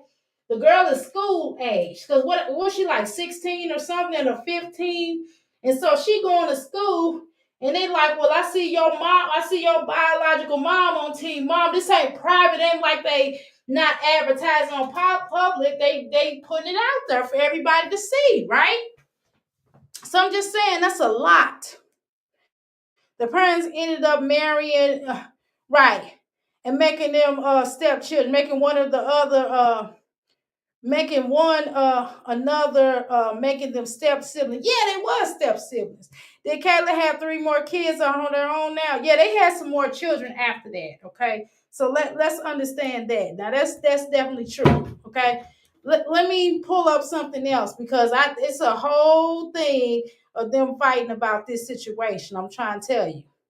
They are having a really situation. I mean, the parents that raised them basically have blocked because it's too much. They putting all this information out here, so now they're like, well, um, they're trying to take them to court and they're trying to shame them into, making them see the little girl, and that's not healthy either. How is that healthy? You know what I mean? And then she has to go home.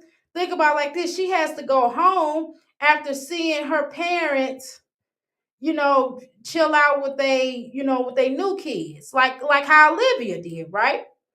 You know what I'm saying? The children is wondering, well, I get to go home, but that's not the most healthiest to me either. I'm gonna be honest. Okay. So let's be clear about that. Yeah, and then they parents hooked up, right? So it's weird. It's really weird. I mean, extremely weird. Okay. So let me see. Let me get some off of TikTok.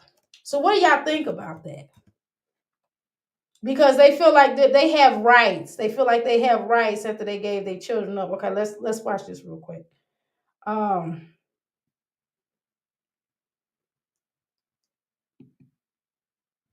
Don't you? Okay, no, I knew there was gonna be some music. I said to myself, that's gonna be some music. Want to try Ozempic? No. Not mad at those who do.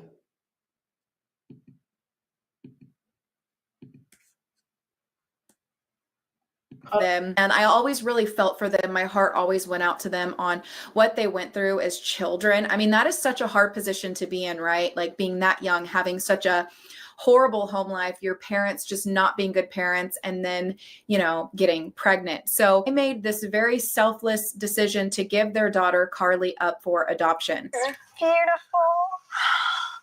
Hi, baby girl. It's a bit of an issue.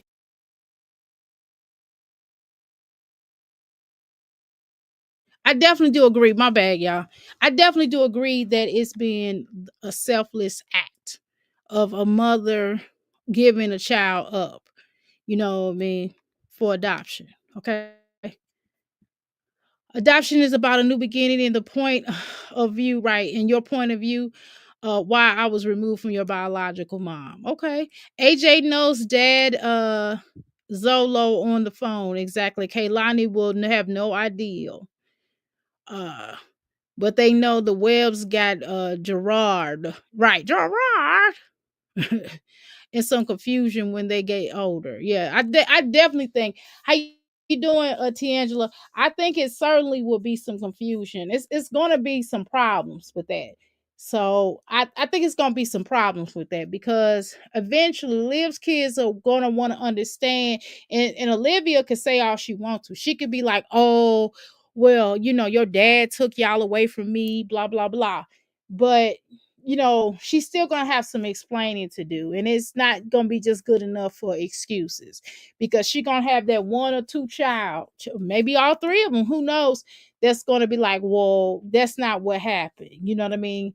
And they're gonna wonder why you took, well, from appearance wise, a child doesn't understand, right? So from appearance wise, they're going to have their own perception. And a lot of times with children, when we were think about when we were children, right, y'all, a child is going to look at things from a different perspective. They're not just going to be like, they're going to have their ways of looking at it like, well, mom, we felt like you were still better to AJ and Kaylani than you was with us, right? In some cases, right? Initially, he handled the adoption better, but she didn't. And he tried to do good in the life, right? But they argued about her depression and lack of ambition. Mm. Legend has no idea his father either. No, he don't. Legend sees the Davis four off of the dads. Wait a minute, hold on. I gotta click on this. But where is my dad too? Exactly. That's true too. That's true. Children can also have that issue if they have a parent. If it's I hate to use the word half siblings, but that's technically what it is, right? When you have half siblings in a home, they're gonna wonder why this particular father is giving more attention to these set of children. Like, where is my father? Definitely. Thankfully, my son never questioned me about his father before his friends started getting in his head. Hey, to Angela.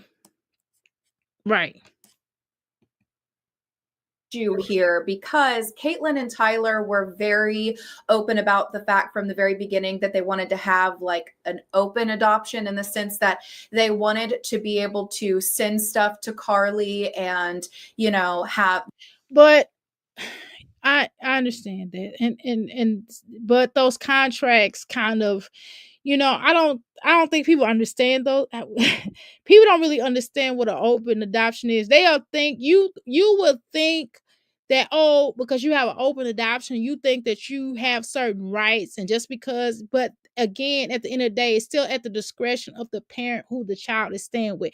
So if the parent of that child that's in that home feels like it's not worth the child to keep having a relationship with you, at that point they have the right, unfortunately for you, and unfortunately fortunate for them, that they have the right to disconnect that relationship. And that's just where it is, because the child resides with them. And so you're the way that they're handling is not the easiest, right? Because there is, I mean, to be honest with you, once you give your child up, unfortunately, you really don't have rights. I know you think you do, but you really don't. Once that child becomes either a ward of the state, or that child becomes a, a child of someone else's, you really don't have a say so. Not for real, to be honest with you. Even if there is a court record, because what's the judge gonna do? Oh, well, you're not letting the child see the child. I mean, you can go ahead and go to the judge, and let's see what's gonna happen with that. Okay. Like be able to see her on occasion. You're in the driver's seat of your adoption plan. This is going to look and feel the way that you guys want it to. I want to be able to like maybe call her if I want to, or send her pictures, or send her. This is when you was young. This is when they was young. Now you ain't gonna be able to call her. Like what? I mean, all due respect, and I'm not trying to be insensitive. I promise you I'm not. But once you sign that paperwork and someone else is raising your child, that's no longer your child legally. Yes, blood wise, yes, but not legally. Your rights are terminated. It's TPR. That's what they call it. It's TPR. Rights are terminated. Okay, so you have no permanent. Is permanently terminated. Now, when the child turns 18, they have a right to make contact or what have you. But once you sign over your paperwork, I mean, I don't care if it's an open adoption or not, you really legally don't have any rights to that child anymore. I don't know. She was young on here, so I definitely will give her. First of all, that was very beautiful that you gave your child up, because you understood that you wasn't in a position to raise that child. However, you could tell she was young on her, and they still young in the head because of the stuff they was talking about afterward. It's like, okay, so once you sign that paperwork, this lawyer, this consultant or advocate or whatever she is, I don't really feel like she's giving them the right, she's not giving them the truth. She's just trying to give them whatever she has to give them in order for her to turn that child over. That's what it feels like to me. Yes, they was young back then. Soon Kaylani, AJ and Kaylani will want to go with Gerard too. Exactly, Dr. A. Moz. I'll catch you replay later. Husband just walked in the door from work. All right, girl, tell your husband, hey, hey, hey, hey. Okay. Christmas presents, birthday presents, get pictures of her and stuff. And the family that was presented to them and ended up adopting Carly originally wanted a closed adoption. Now you have to rewind back to this time. Oh, so see, I didn't know that. So they wanted a closed adoption. Wow. Okay. Mm. And I can understand that because it's kind of it feels like when you have an open adoption like that, I, not it's not great. Some open adoptions may be good for people. There are people that can do open adoptions, and there are others who can't because it kind of, to me, in my opinion, to have an open adoption is kind of like you taking care of a child and basically that other parent gets to see them on the weekend or whatever kind of time y'all got worked out. But the thing is, it's, to me, I don't think that's always healthy. I don't think it would have been healthy for me. Looking back on it, I don't think it would have been healthy for me. I think I wanted to know. I think my biggest thing, I didn't mind being adopted, but for me, I just wanted to know where I came from. Does that make sense? I'm glad that I've had the kind of parents because I really believe that if I've had way more trauma in being raised. Not saying my biological mom, I think my biological mother would have made a great mom. I believe that. I really do believe that in my soul. My biological father, not so much. But definitely because I mean, he has evidence of the people he's raised and what he is. I mean, the people he's been around. Well, he ain't raised nobody, but you know what I mean. But I don't necessarily think that with my situation that would have worked, right? But essentially, it feels like you're raising that child, and that parent is, you know what I mean. It's that's a lot. I think that would be a lot. You know what I mean? As a child to have to kind of go back and forth or to wrestle around with that. It's hard enough to be adopted, to be honest with you. But that's a lot more. Now, some children might be able to handle that. I don't think that would have worked for me. 16 and pregnant wasn't what Teen Mom came to be. They didn't know when they were filming this how huge it was going to be. So the adoptive parents, weren't aware, like, hey, we're going to, be kind of famous and known by people. That's a lot. No, that is really a lot. Oh my. I don't know what. Yeah, that's a lot. That's a lot to be on TV, on national TV with an adoption, right? Because at the end of the day, that child still has a lot that they have to deal with. That's a lot. And then all your friends gonna know. Not everybody not everyone is open with their adoption or want to be open with their adoption, right? It does relate to YouTube mommies, sad for the children, to try to understand where they belong. Exactly.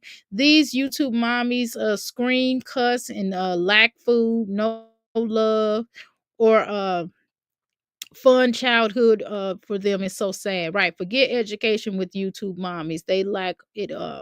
So the kids lack it too. Exactly. Okay.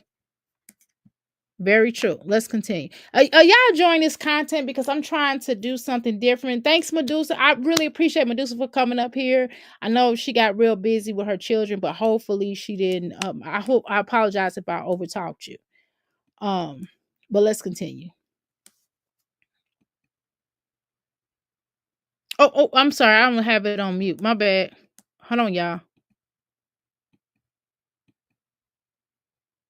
Parents, weren't aware, like, hey, we're gonna, be kind of famous and known by people, and everyone's gonna know who Carly is. Like, they just didn't know that that's what it was gonna come to be. I'm not gonna, judge them on choosing a family to adopt a child from that was on television, because they had no way of knowing that it would end up becoming a huge franchise where we all know who their daughter is, right? Well, yeah, I feel the exact same way. I feel like, well, let's say that they did, the fact that they should understand that they're being televised, right?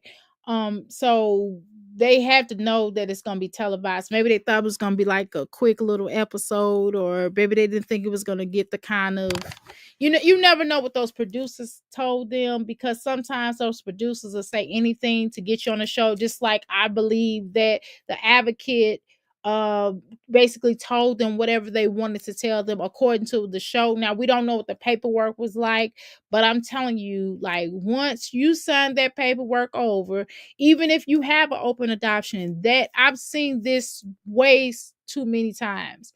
Like, you can say, well, I want to have this amount of visits, I want this, I want that, and you can't really demand anything for real. Once that child is over into that other person's care, like you have no longer any rights toward that child. And you can't tell this family who is taking care of this child, who is financially supportive of this child, who is mentally, psychologically, spiritually, physically, every way possible, this person's parents, you have no right to come in to say blah blah blah. You just don't, unfortunately. I mean, unfortunately for you. And that's not me being insensitive, but I'm just telling you what it is. I understand coming from their position of originally wanting a closed adoption and choosing to have it like partially open where they can have some sort of contact with Carly. I'm sure that was a big decision for them to make, to end up adopting this baby at the time, but they did end up making that decision, right? And now it is what it has become today. Now, throughout the years, there has been a lot of drama with Caitlin and Tyler and the adoptive parents of Carly, which they're not adoptive parents. They are her parents. They adopted. Exactly. And see, the thing is, you got to remember these two, and this is no disrespect to them, but they have been on Married with uh with the Married Court, whatever that is. They've been on different reality. Let's just say they've been on different reality shows. And a lot of the reality shows does not put them in a great light. And every time they're on a reality show, of course, what comes up? Their daughter that they gave up comes up. And if I have to keep hearing this over and over again, and this is my child, they probably would not have a relationship. I'm just going to be honest. Okay. Uh, please, Bush people, thumbs up. This is a convo. This is a learning, especially the way that kids are raised. Forget education. Okay, right. Right. Please, thumbs up. Her, but that is her mom and dad. I want to make that very clear. Caitlin and Tyler are not Carly's mom and dad. Caitlin and Tyler gave her life, but they are not the caretakers and the ones that have raised Carly. Originally, everything, which is what I just said, right? When she was younger, I feel like worked out fine. They would meet up once a year. They were able to like send pictures back and forth. Some very heartwarming moments on the show where they met up with Carly, and it was always very emotional. Like, I cried so much watching these scenes. I think that all of us did watching it. I don't know about me, but I have watched some of those scenes. I did go back and look at them. It was not heartwarming to me. It was very, to me, this is just my opinion. I'm going to just tell y'all the truth. It was very exploitive, okay? I'm going to be honest with y'all. It was exploitive to me. I felt like and those producers probably gassing them up like, oh, come on here, it'll show a way for healing and this. And I'm sorry, everything is just not meant for TV. If you all want to have a legitimate relationship, or y'all wanted to connect to this child, then y'all would do that off of camera. It's just some things I don't think is necessary, okay? Which is why I don't put my son on here, right? Let's go. It was hard to watch. You know, it's hard to watch these two children give up their baby when they don't even know one day they may regret it. Even feel for the parents who adopted her, like, and how it feels to not be able to conceive. Like, I've been having fertility issues ever since I got pregnant with my son. I've lost 2 babies. It's a very, very hard road. It's very emotional. It's very painful. So I have so much compassion and empathy towards the parents of Carly. Just this whole thing is just difficult. I mean, I feel sorry for them too. I'm not saying that they're not wrong for wanting to still have a type of relationship with their child, with the child that they gave birth to, but then they have to understand too. They have to also be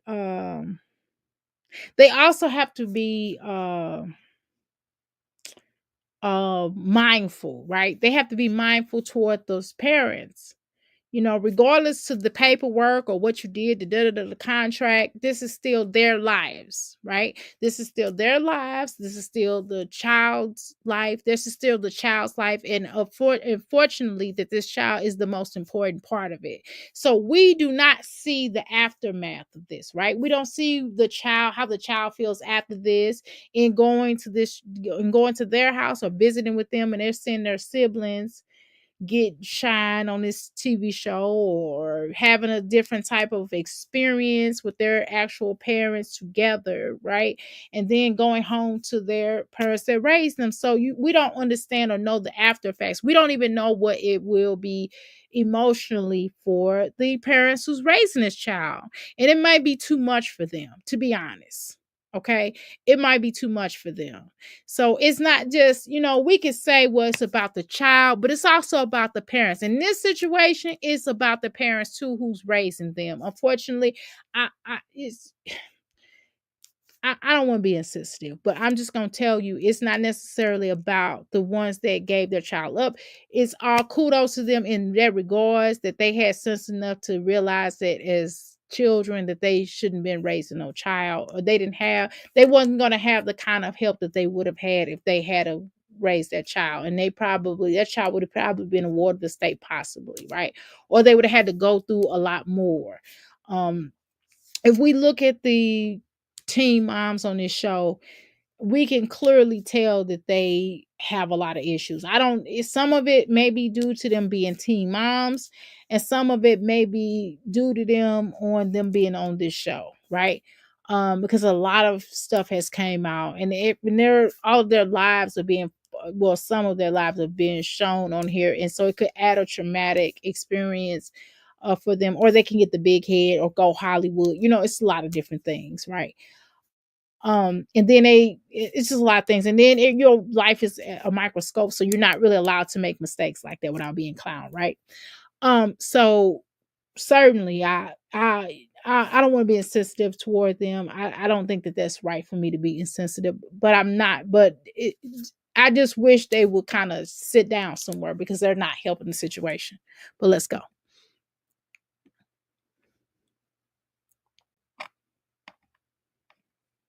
On both ends. All right. But, with that being said, I have also had a lot of compassion and empathy for Caitlin and Tyler, watching them throughout the years. They have expressed regret for their decision, that, what would have happened if they had kept her. It's just been a very difficult road for them. It's been very sad to watch. It's been very sad because you can't go back in time. This is a decision that was made, but it was such a huge decision, right, that changed the course.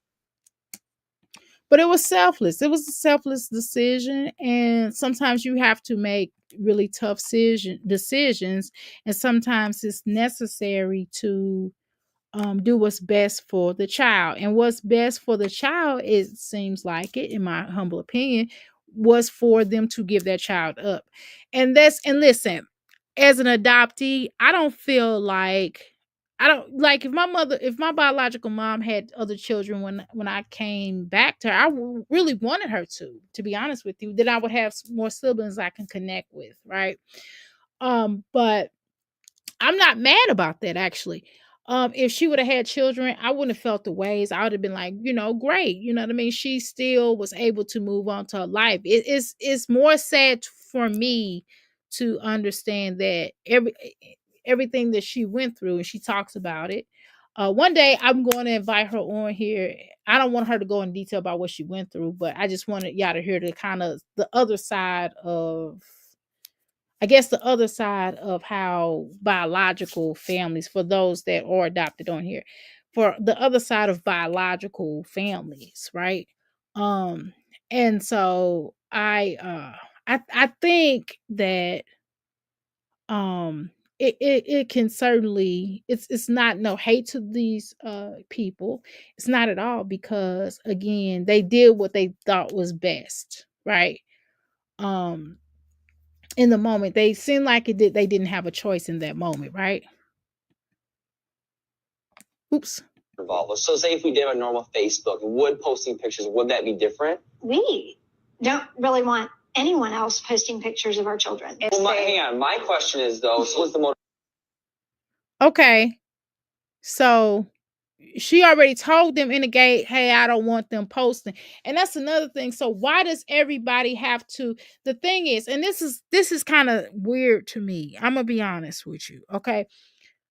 I'm gonna be honest with you. They don't come across as best intentions. I'm just gonna be honest with you. So me being the parent who's raising the child, I would not want you to post my child that I'm raising, although you gave your child, although this was your child, you know, you gave birth to this child. So I would not want you posting my child. I'm just going to be honest, right? Because it's not everybody's business. Now, it's nothing wrong with them having the picture, of course, but we don't want you posting the child. I mean, that's a lot. That's a lot to ask, okay? I mean, you know, I don't know, y'all. What y'all think? Y'all not giving me a comment. Y'all tell me what y'all think on this. I'm gonna drop the link. I want to know what y'all think. Okay, this is a very tough subject, and I know a lot of you all wanted me to talk about Liv, and you know, but I didn't deem it to be talked about. I'm tired of talking about them. We gotta mix it up, y'all. We gotta talk about other stuff that's going on in the world. Okay, let's go. Motivation for doing Dr. Drew and then going on the magazine Lifeline. That was putting your picture. You let a camera guy go in your house. We have a platform to speak on adoption from an adoptive parent perspective that no one Nobody else has. Baby biologically yours, but in every other way, she is our child. Absolutely. And you have to trust our decision. Right. You don't have to give us an explanation at all. But when you don't, that's when I get. Okay, right. So you know, to me, I'm gonna be honest with you. This sounds like control. This sounds like, well, I gave birth to her, so I'm gonna post her. He didn't say this, but as we look at this further, you're gonna understand where I'm coming from. But it just seems like he didn't want the responsibility of taking care of a child, but yet would like to pick and choose what he want to do, what he feels like he wants to do on the terms of publicity wise. But let's continue. I'm posting a video. That's when we get bitter, and I'm just going to do it. With adoption comes loss for Absolutely. for all.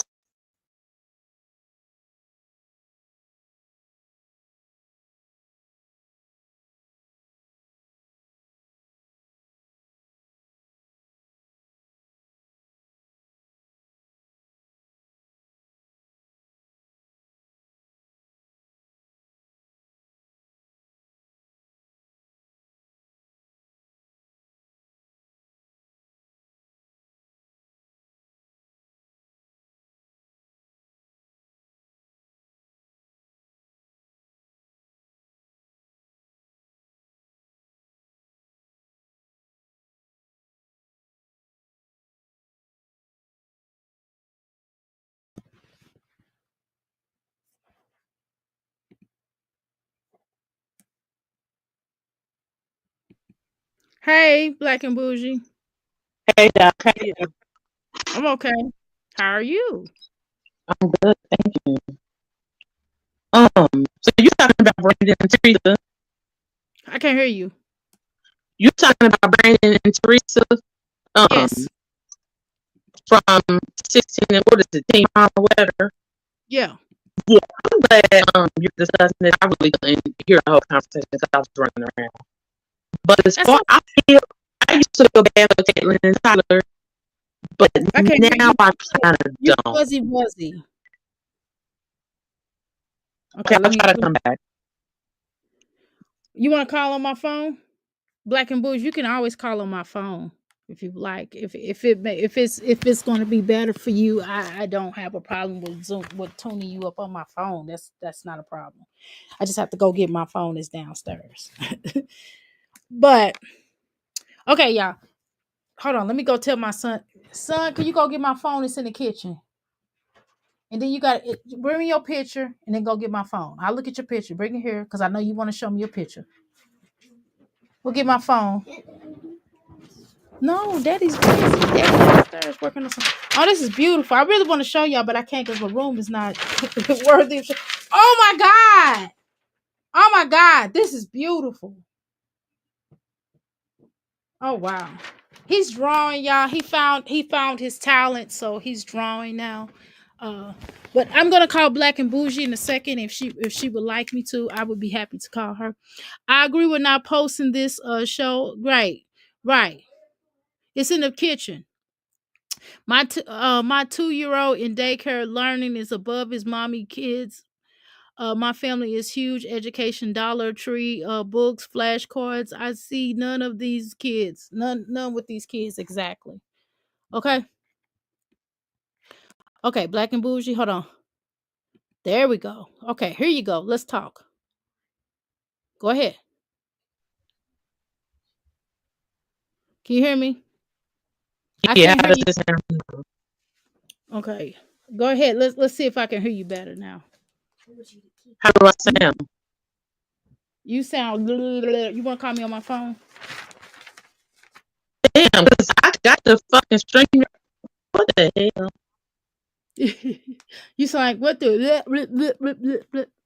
Oh shit. Okay. Yeah, I'm not the Well, call me on the phone. Call me on the phone. You want me to Okay. call you? You can call me. Yeah, just call me. Okay. Mhm. All right.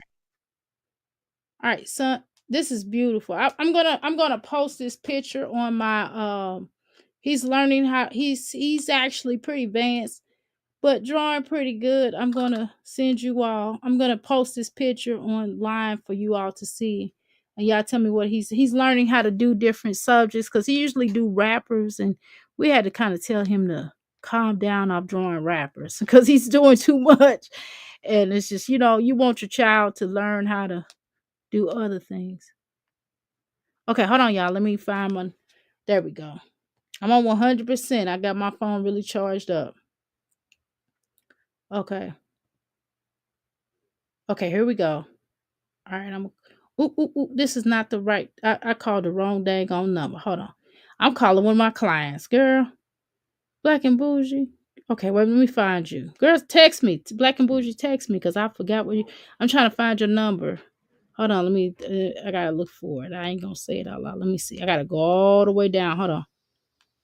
I gotta go all the way down. Let's see. Hold on. Give me a second. Well, shoot, it'd be easy if you text me. Hold on. Let me just type the first three letters in first three numbers in your name.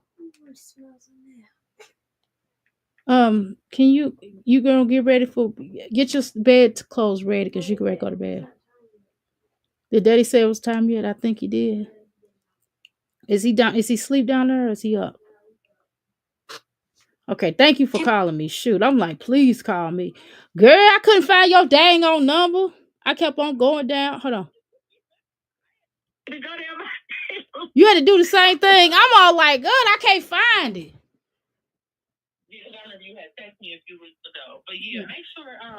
People can hear me. Okay, can y'all hear her? Hey, hold on, let me. I think they should be able to hear you. Press 1 if y'all can hear us or throw something shiny in the chat. Go ahead. So, okay, so I used to feel sorry for Kaylin and Tyler, Mm-hmm. but now I don't. And I'm not saying they should forget about their child, but y'all made Carly, Brandon, and Teresa's child. Right. So leave them people alone. Like, to me, it's almost like they don't have no other storyline. Right.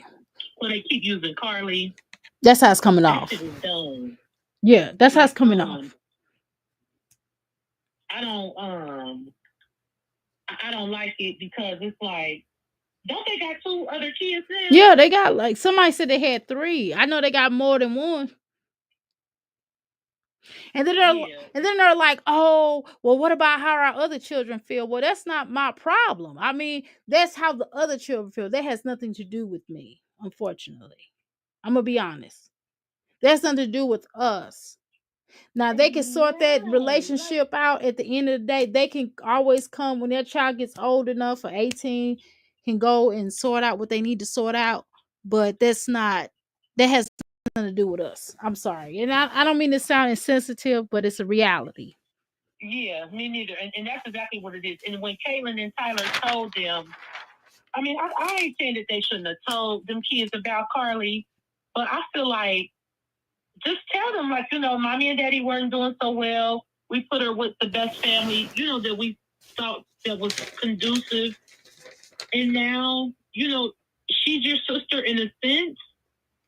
She's our daughter biologically, but Right. she's, legally she's not ours. We have no authority over her, like the way we see her, nothing. Mm-hmm. Leave them alone. Right. And they're demanding. They're like, well, why is it that I can't? Well, if I feel I'm going to question, he's getting ready to go into, well, if I'm going to question why we can't post her, because that's not your child anymore. You can't tell me it wasn't ever your child. You just had them. I mean, you really wasn't. It's just certain things I feel like it's some things my biological mom just can't say to me. You know what I mean? She could, you know what I mean? I've let her, she is able to express herself, but she can't come in and kind of run my life at this point because she did not raise me.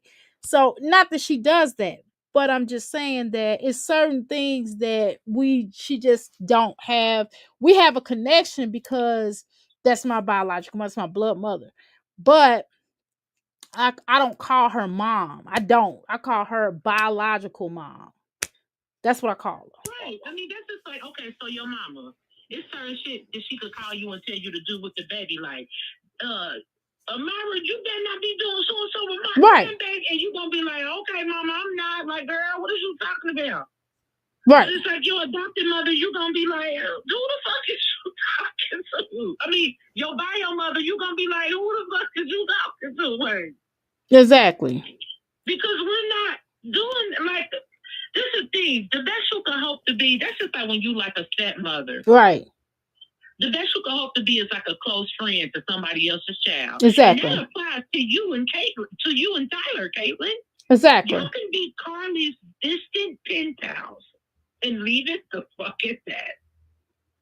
Yeah, that's what you gotta do, because now you exacerbating the situation even further. You're making it worse because you're demanding, and you think somebody owe you. Once you sign the paperwork, I don't care. Even a judge is not gonna override that. Even if you take it to court, the judge gonna be like, well, it's up to their parents, it's up to the parents, the adopted parents, on whether or not what they want to do. If they don't want you to talk to her no more at her age and while she's living in the household, you have to respect that. And that's it. Yeah. LaQuinta said, I feel like they should have kept her because, damn, yeah. Can you highlight LaQuinta's comment? Okay, hold on. Let me move. I'm gonna move your phone. I'm gonna move my phone to the side. Okay. Hold on. Okay, there we go. I got it. It's her old comment. I wanted to see the new. Okay, yeah. She said, I feel like they should have kept her because nothing really progressed in their lives from her to the next child. Okay, LaQuinta, I don't know if you know this, but this is why I don't feel sorry for them no more. And I don't know how I forgot about this because I used to follow that show religiously. But now I do remember them saying this. Tyler told Caitlin to give Carly up. And they clearly stated, Caitlin clearly stated that had we not given up Carly, he and I wouldn't be together now. You know, like there's some kind of fucking badge of honor.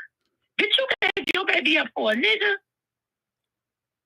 Wow. Okay. We just wouldn't have been together then. Yeah, if that was the case, if it was all like that, so he want to reap the benefits. You know what I mean? It's kind of weird. It's like, I think they're clout chasing because they don't have no other storyline. Right. That's my thing.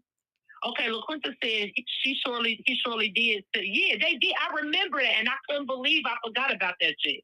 Now you know where Caitlin and Tyler come from. Right. So yeah, the environment is fucked up. But if I get rid of my baby, I'm getting rid of you too. Exactly. The fuck? And how the fuck she leaving, but I'm still with you? Like that don't even Right. It's weird. It's really weird. And you got to know to tell motherfuckers this. You know, like this some live shit. Like, yeah, because if we would never got rid of Carly, we wouldn't even be together. Oh, well, good. Well, and then they was on, and then embarrassing. They was on that divorce. What was that show called? I can't remember. Something about them working on a relationship. That was so embarrassing. The way they was on there, I'm like, you ain't finna bring my child is not coming over to your house, or we not doing no play dates and videos and stuff like that. Then they started stalking her page, and then she had the mom had to, or somebody had to block them. So we don't even know. The little girl might have blocked them. You know what I mean? What is Carly? Because I mean, if we can keep it a stack, if you've been watching this shit, some of us, I know I was pregnant. Like our children from this teen mom sector here, our children are at the same age. Yes. They're all about to be 17, if they're not already 17. I've been watching this since I was pregnant with my middle son. We were all pregnant. So what the, and I'm not saying get over it. I'm saying this is the thing. There's nothing wrong with like sending her birthday boxes, Christmas boxes, cards every now and then saying, you know, we love you. You know, you are one of the best things that ever happened to us. You know, we're here if you ever need to talk or you want to hang out. But after that, leave that shit alone. That's Brandon and Teresa's daughter. Yeah, it is. And it's inconveniencing them. Like, I'm not getting ready to be doing no meetups. Like, we're not doing no meetups.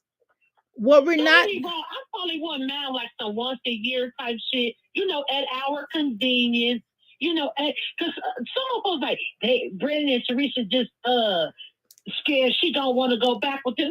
No, they not. Shoot, they still ain't. They don't seem like they got anything now. Still, to be honest, but that's just my opinion. Now, don't get me wrong. They got that Team Mom bread.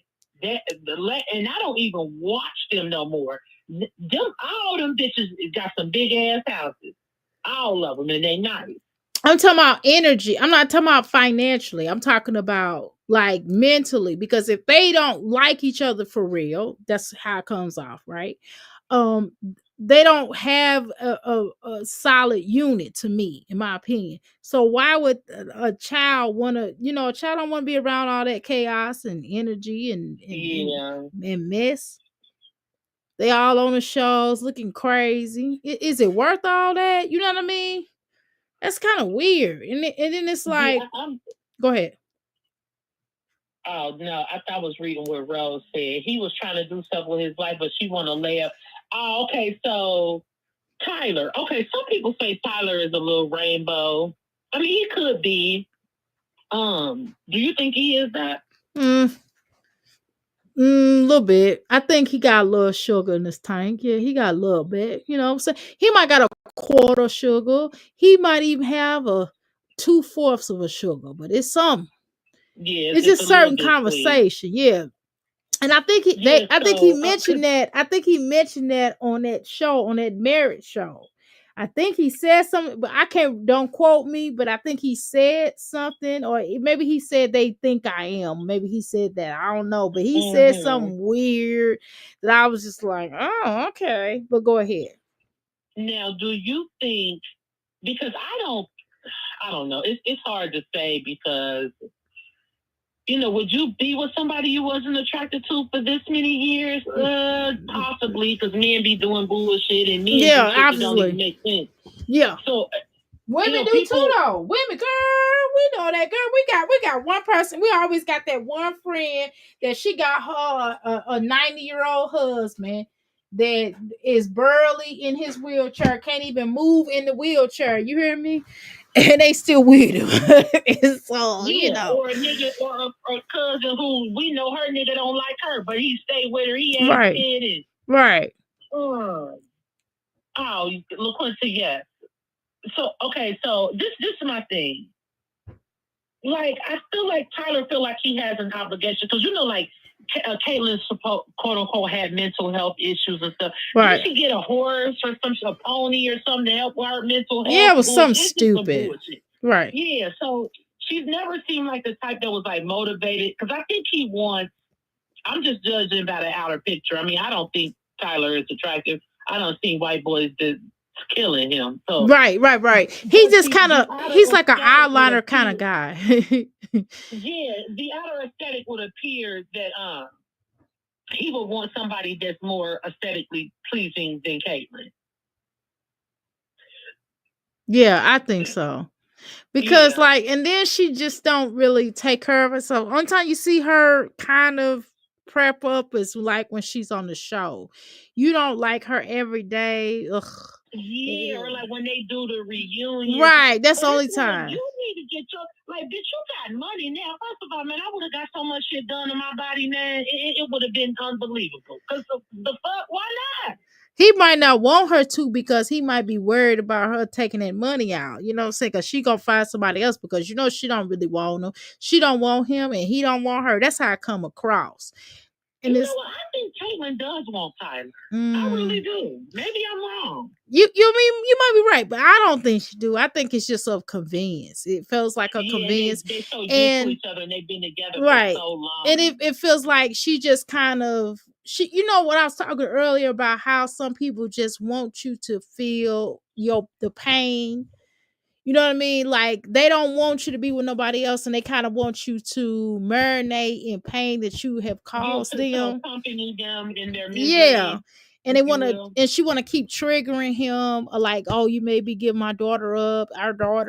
So it's kind of, to me, that's how it feels. Because to me, that could be that, but to me, it seems like she never necessarily blames him. Like when she thinks that, like when she speaks about them giving up Carly, she doesn't say it in a malicious way, like, oh, this is all Tyler's fault. Like she doesn't say it like it's like she thinks that. And I think it was for the best as well. Yeah, it was for real. Cause they didn't seem like they families was messed up. Then the daddy, her parents got together.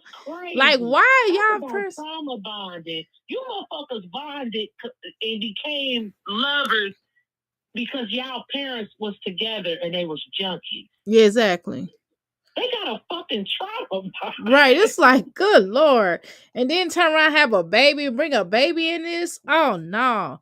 And then you remember the way Butch cussed Caitlyn out? Like she just gave her baby up for nothing. Remember, he was like, "You're gonna get fucking baby up." Like, Butch, you are a fucking dolphin, bro. Right. I remember he was going off. He was talking crazy to her. Yeah, that shit was weird. But Doc, will you highlight LaQuinta? Which one? I don't know. A few times when she's talking about Amber and Gary. When her mama married her daddy and they went separate, and they were separated. It's a comment that she made about Amber and Gary. I don't see that. Let me see. LaQuinta, where did you call? Okay, I gotta go all the way up then. Hold on. I'm willing to do that. Okay, I mean that's all the way up. Okay, I see it. Okay, cool. Okay, got it. You got some good eyes because I sure don't see that. I'm like, where is that at? I just wanted to touch on that. It's Go up ahead. there. I got it. I got it highlight for you. Okay, when we talk about Team Unbelief, can we discuss Amber and Gary because that situation was a mess. Yes, Amber is a horrible fucking mother. Oh my God. She's so motherfucking selfish. Amber is tuna through and through. That one, she done beat that man. She done beat that man up on several occasions. It's not funny, but you know, it just wasn't cool. And then she was expecting, like, I don't know what she was expecting. She was expecting some totally different than what she supposedly had gotten. Okay. And then she had another child and that got taken. Now come on now. Let's just take it for her. Amber is so fucking disgusting.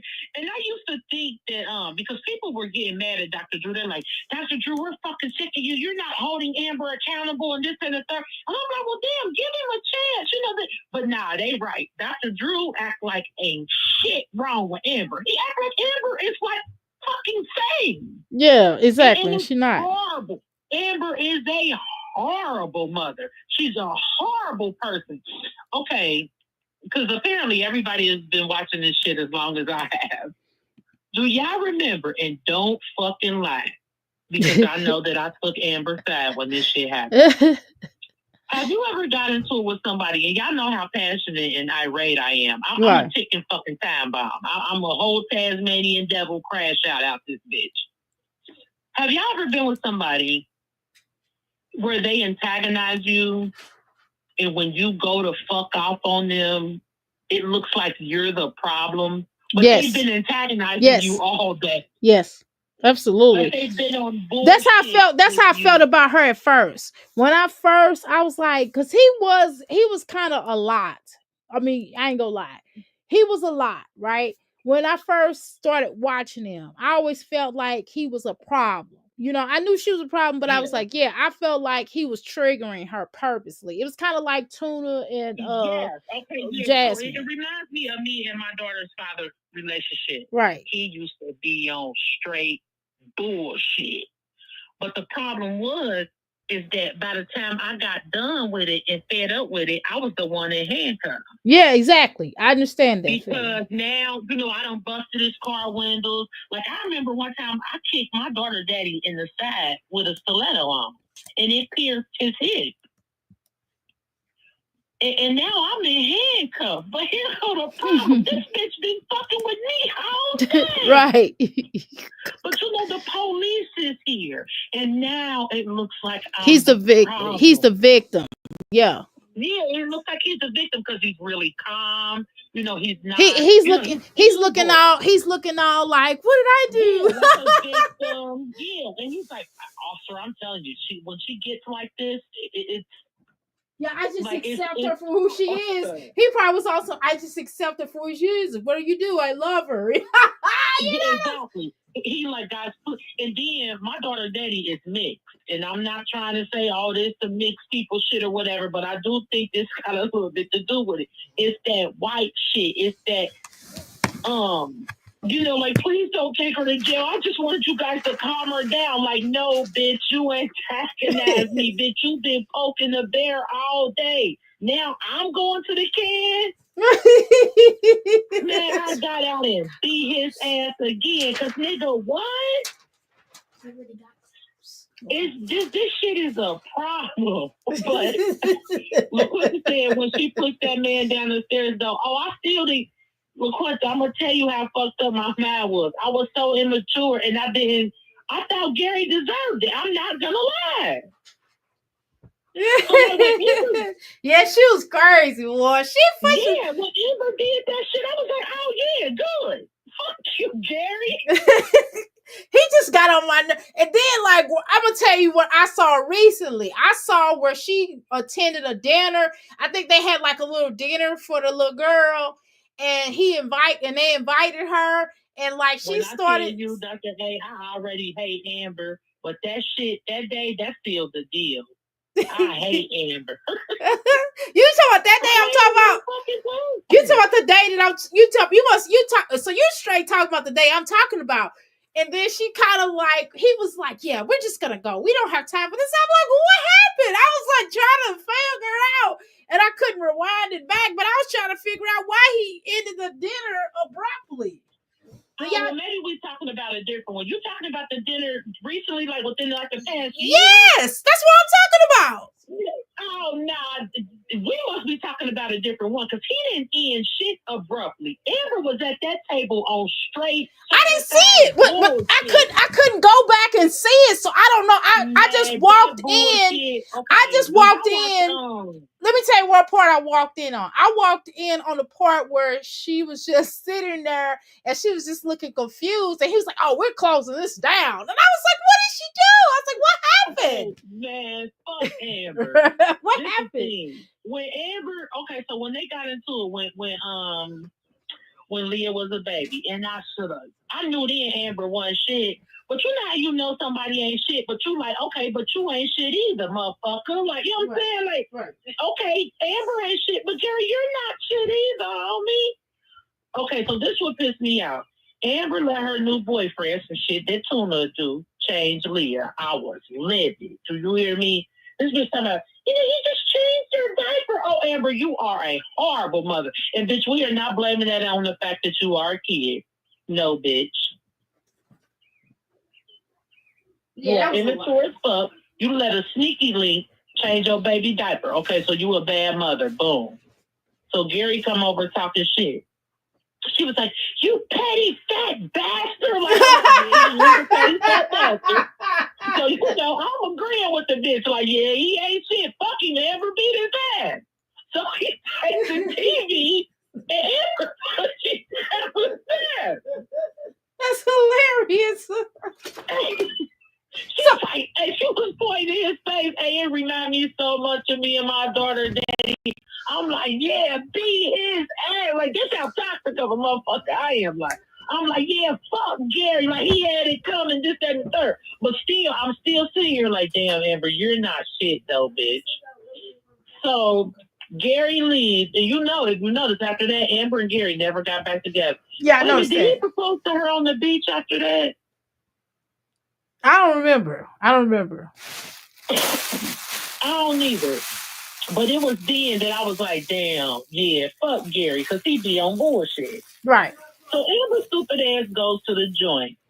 I didn't know the bitch was on pills. I didn't either, because they hid that well. They did not show all of that. They did not show all of that. You know whose addiction they did have? Well, Janelle. Yeah, Janelle. Oh my God, Janelle. They let the whole world know Janelle was on pub. I used to think her mama was the problem too. I used to be like, well, why her mama keeping her child away from her? I used to think Barb used to be on bullshit or whatever. This is when I started feeling sympathy for Janelle. Remember Janelle? I think it was Kaiser's daddy. Yeah, Kaiser was so damn cute. I wonder if he's still cute like that. He was adorable. Is Kaiser the oldest one? Is Kaiser the oldest one? Is that the one that kept running away? That's the other one. That's the difference. No, that's Jay. Okay. That's Jay. I get confused. Oh, I love the Kaiser. He was so damn cute. He looked just like Nathan, weak ass. So I remember, and I did not understand why Barb kept telling Janelle no. So one day, I think Janelle had already had Kaiser. And Janelle called Barb, and Barb was like, oh, not today, Janelle. You know that accent, man. I love her motherfucking accent. That shit is funny as hell. And she was like, not today. He's got to go to practice, and he's got to... Because, you know, Jace was bad as fuck. He act like AJ. Right. Just a little terrorizing motherfucker. Just a little ornery motherfucker. Just doing bullshit every day. Like.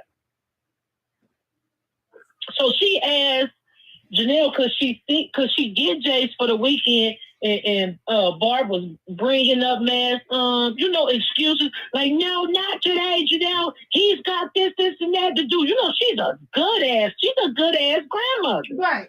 And Janelle hung up the phone, and she hugged Nathan, and she was like, why? I just want to spend time with him. I want my son. It was then that I was like, yeah, Barb, you be on bullshit. I ain't fucking with you no more. Right. But come to find out, she was right too. Fuck Janelle. Janelle is crazy. That boy that ran away 100 times. Every time that boy lived with her, he running away. And then the man, he said that guy was beating on him. Hey, one thing Jay's gonna do is get the fuck up out of there. He fuck sure you. is. Jay don't care. Hey, he do not care, and he's afraid of Daisy. Yes, he is. And he was torturing animals. Remember they said he was torturing animals? He unalived as a dog. Yeah. In front of both children. Yeah, that's crazy.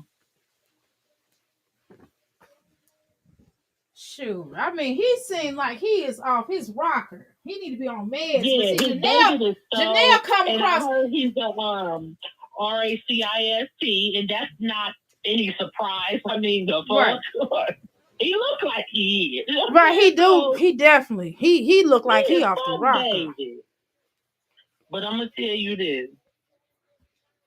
Okay, remember, and this was a few years ago. Damn, I can't stand Amber. One day Amber was talking about, because I think Gary, what's Gary's wife's name? You know, Leah's mother. You know, Antonisha 2.0. Yeah. I don't know, but I know you're talking about. Yeah, go ahead. I can't think of her name either. I think him and his wife own some land. Yeah, okay. I think they got like a big plot of land somewhere. Mm-hmm. So Amber, this sorry ass bitch, something that Tuna would do because she thinks that this shit is normal. And don't get me wrong, I guess if you got a cordial relationship with a motherfucker, I guess you could do it. So she was like, Gary, I was wondering if I could rent a plot of land out there. Oh, her name is Christina. Okay. And, put a trailer on it, and I could just, would you mind, Gary? And he's like, yeah, that's fine, or whatever. This bitch say, I just don't want Leah knocking on my door anytime she wants, just coming over there, just thinking, she can just come over all the time. What? I said, Amber. That's her land. I want you what to take your fat ass. I want you to take your dope head ass on some fucking weird and just stop coming on this show. And Amber, you're not a mom. Why are you on Team Mom? Exactly. So I don't remember what happened with that, but I'm glad she never did it. So this dinner that I think you're talking about a different one, I'm talking about the dinner. this Yes. did not happen. So this bitch comes to Leah's birthday dinner late. She called Leah an asshole and just fucked up. You know, her birthday, I hate this word getting thrown around all the time because this is not always the case. But Amber is definitely a narc. Yeah. Amber acts just like Tuna. Girl.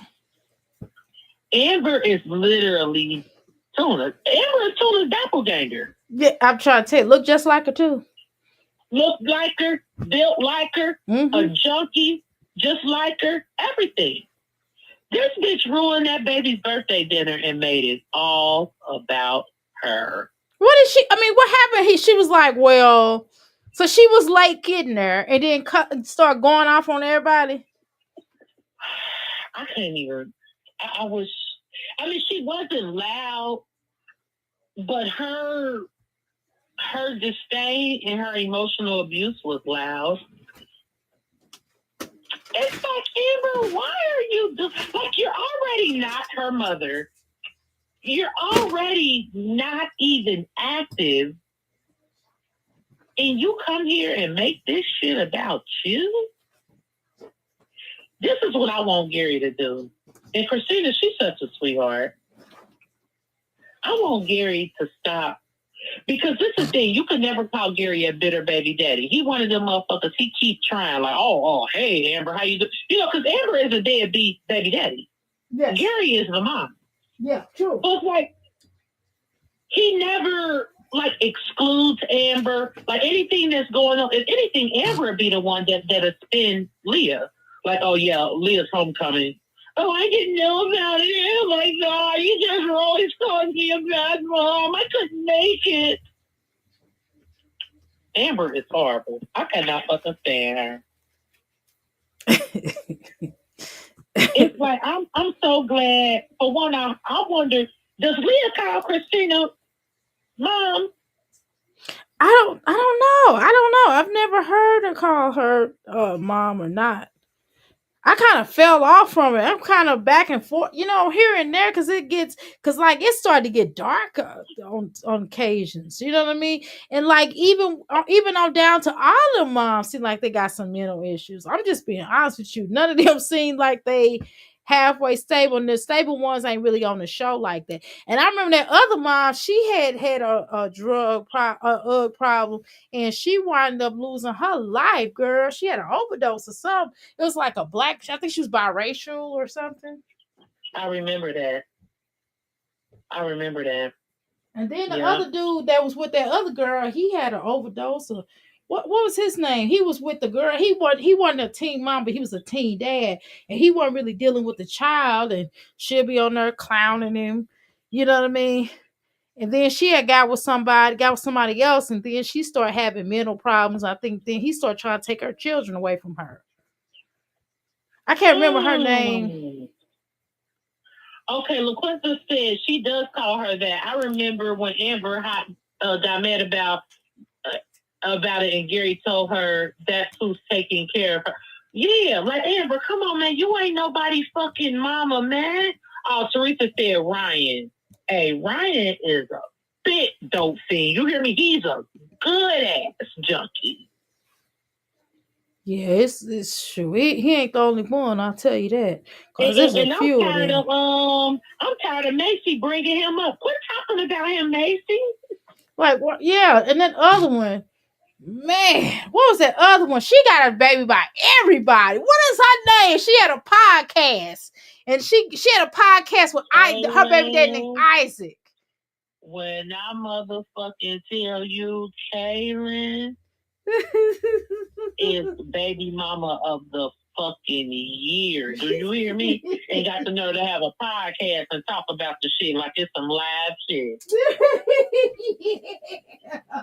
That girl is crazy. She's a motherfucker. Woo! But Isaac, Now, how do that you boy, feel was, about he this? was dirty though. He was dirty to her when she was living at that house. He was nasty to her. Nasty. Oh, Joe? Yeah, Joe was nasty when she was living with him. He was really nasty toward her. And she just a lot of people say it wasn't that he was nasty, it's that like, how you gonna live with your baby daddy and be cheated? First of all, his parents ain't have to let you live here. I agree with that. That part is definitely true. I'm talking about before she started cheating. I'm talking about before that. Oh, he was mean to her, period. Yeah. Yes, before she started cheating on him. Now you can't live here and date other people. No, I agree with that. But what I'm saying, I'm talking about like before she started cheating on him. Then that mama was nasty too. I mean, maybe it was something that we wasn't seeing. You know what I'm saying? Maybe it was some stuff that we weren't seeing, but it just kind of came off like they was really nasty to her. They used to go off on her. They used to. And then it's sad because Kaylin ain't. That's one thing that we can do as people. Like, we can rewrite history. Like, if if you do not have the family that you desire, make one. Right. Kaylin proved it. Right. She's like, fuck this. I ain't got no motherfucking mama. And if you notice, Kaylin's never mentioned her father. Her mama's a drunk, so she probably don't even know who the fuck he is. Right. But Kaylin said, fuck this. I'm going to make my own motherfucking family. And I don't give a fuck who is back. Yeah, she sure didn't. She sure did. I mean, she got a black baby. She got a mixed biracial black baby. And then she got a black. Then she got a couple Mexican biracial white babies. I'm like, golly, girl. And then they together today, tomorrow they divorced. She will get married on you. We'll be looking up, she'll be married. I thought her and Abby, what's his name? The one that was in the army. I thought they was gonna work out. I just knew. I said they probably gonna work out. This is what fucked me up. Because I think that Javi genuinely loved her. He did. What happened between? Like, I think he was kind of cheating on her. Because he got into the army. And he kind of probably, got some of that army puss, and he just kind of kept it moving because, he was young, though. They was young, though. And he probably was never with no woman before. He kind of came across like that, right? And so he probably didn't. He's very happy, right, to have Caleb. And I'm not, talking, trying to be shady and nothing. But Kaylin ain't no looker. I mean, she ain't better than she did. But it's like, girl, Javi. And he probably didn't had no woman paying attention to him a whole lot. And then when he got on that show and he got in the army, them girls probably, hey, Javier. You know what I mean? Yeah. So he ain't cute to me neither. But motherfuckers love like a little Hispanic. Like a he not cute, but that's what I'm saying. So he wasn't used to that kind of attention. And then once he got on that show, them women started throwing at him. And he was just like, okay. You know what I mean? Oh, damn. I wanted to read LaQuinta's last time. Which one you want to read? Where is it at? It's her last comment. Okay, hold on. Okay, right here. And Leah didn't appreciate Corey. That was a hard-working man. They got divorced because of her. Because of her whole ass. Out this motherfucker. You hear me? Mm-hmm. It was sad though. It's hilarious, and I do not feel sorry for Leah. You see how Corey went out and he got a wife and kids and all that. Leah still don't got no. Right, man. He did a come up. He came up. He's like, I'm out of here. I'm telling you. Isaac wanted to, oh, girl. Isaac started looking bad. Oh, girl, he had that bald head, girl. He got him a woman, too. His woman is just like his mama. You could tell. You could tell that woman just like his mama. He married his mama. You know what I'm saying? Isaac, Kaylin, baby daddy. Yeah, girl, his old bald head, girl. He look old. He look older than her. Not only do he look old, you talking about Joe. What you say? Say it again. You talking about Joe? Yeah, Joe. I keep calling him Isaac. I forgot it's a couple of them. He wasn't. Joe was never cute. And they say that men look better with age. Shit. Yeah, Joe look worse. He probably drink a lot. Joe has not aged well at all. Oh, girl, he look like he a drunk. He look like he drink a lot. He look bad. Does not look right. Ugh. And what's his girlfriend now? She's cute. His wife. I think he married to her. Ain't he married to? Yeah, what's that girl name? I don't know, She's but I know you're cute. talking about. Yeah, she looked like she's a nice person or whatever. Because he done got nicer to her because he used to go in on her, boy. Every time she came around, he would go in on her. His mama would go in on her. I would be like, dang, give her a break. Give her a break. Yeah, I would feel so, and I didn't really like her either. I didn't like her at all. I didn't. No, I didn't like Caitlyn. Whatever her name is, I didn't like her. I don't know. No, She just not rubbed Caitlyn. me the I ain't wrong like way. Caitlyn either. I'm talking about Joe's wife. No, yeah, I like Joe's wife. I didn't like Caitlyn though. No, Joe's wife was sound like she seemed like she was real nice. That's when he got really nice. He got better toward talking to old girl when he got with her. So I think that she probably was like, "Hey, don't talk to her like that no more." You know what I'm saying? Because his mama, and his daddy, and Joe used to ride her out. You hear me? Yeah. They used to ride her out. Like Joe do seem like he's kind of an asshole. Yeah, he definitely does. He definitely does. I don't blame him. No, not with her, because they probably knew something we didn't know. You know what I mean? Sometimes we don't be knowing some things like our girl mama. Like I was like, why is she treating her daughter like that? She was like, now, yeah, she called she was, what do you want, Jade? What's her name? What do you want, Janelle?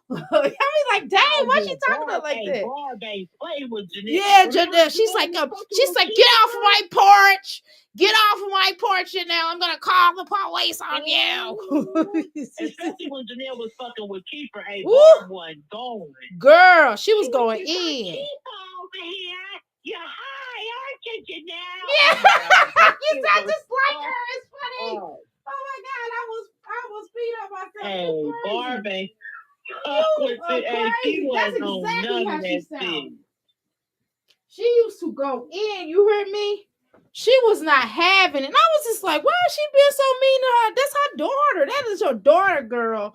And then I got Janelle was a problem child. And the thing is, she's a problem ass adult. Janelle a whole ass problem out here. Like, fuck Janelle. And she kept telling her, you need to go get yourself together. Nathan used to be talking shit about Barb, like, your mom drinks. She's always got a glass of wine. Nigga, fuck you. She gotta take care of Jay. Right. This bitch ain't taking care of him. Her mom is. And then she's like, well, and then she'll be like, Janelle, just go get yourself together. Go get your GED. Go get some kind of education. And she'll just be telling her, she'll be going in. Mm-hmm. And she wasn't playing with that. She had that baby in therapy, sport, all type of shit. She one of them grandmothers. You can only do what you can do. You can't. You know what I'm saying? You can lead a horse to water, but you can't make them drink. That lady did the best she could with Jay. Yeah, Jay just was kind of messed up though. I ain't gonna play this game. I ain't gonna act like me. And then when he tried to get it, and then he's like, okay, I want to be back with my mom. Well, grandma couldn't do it no more. You know what I mean? Just being honest, right? So he's like, I done did what I could. Like, no. Look what they said, but another one I didn't like is Brianna and her mom and her sister. They hated. Yeah, Brianna, they hated Devon whether he was doing man. Brianna and her mama, I cannot stand them bitches right there. Who was that? Was that the black girl? Was Rihanna no, the black girl? I guess she Hispanic or mixed or something. I don't know. I'm gonna tell you, I don't remember them, but I'm gonna tell you who I didn't like either. I didn't like the Farrah. I still don't like her. I despise her. Every time I see her, I want to go in her face. Farrah got on my nerves. I mean, I could stand her. I just got tired of her. Yes, he doesn't love me. I'm like, girl, I see why. I just got tired of her. I got tired of. You still there? I got tired. Who else did I get tired? I can't stand Farrah. Yeah, I can't. Her. I could. Who else was that other mom? Who was that other mom? Oh, I couldn't stand her. And Leah, oh, I got mental problems. Okay, so then she started, oh, I got mental problems. This is the reason why she has some kind of mental problem. I'm like, girl, I have never heard of that. She's like, well, I got Kakoopa Doopa Doopa Super. I'm like, well, what is that? it's basically an element where you just can't do anything for yourself, and everybody got to do stuff You around you for talking you. about Liam, Corey ex-wife with the twins? Yeah, he took the twins. So No, I said Corey ex-wife that got the twins. that's Leah, right? Because one of her twins. That's the baby by Jeremy. You talking about that Leah? Yeah, I'm talking about the one that had remember the one that had the twins, and one of her twins was was disabled. Yeah, was disabled, and the other one wasn't, was not. Right. I didn't like her Leah, either. I didn't necessarily dislike her. I just couldn't. To me, it was crazy how her and Jeremy broke up because, like, did you really break up with her because she was on pills, or you just was ready for y'all relationship to be over? Like, motherfucker, don't lie. Like, you just ain't want her no more. Right. She probably just got on her nerves. She probably was too needy. She came off like she was needy. I would got tired of her too. She seemed a little needy. You know what I'm saying?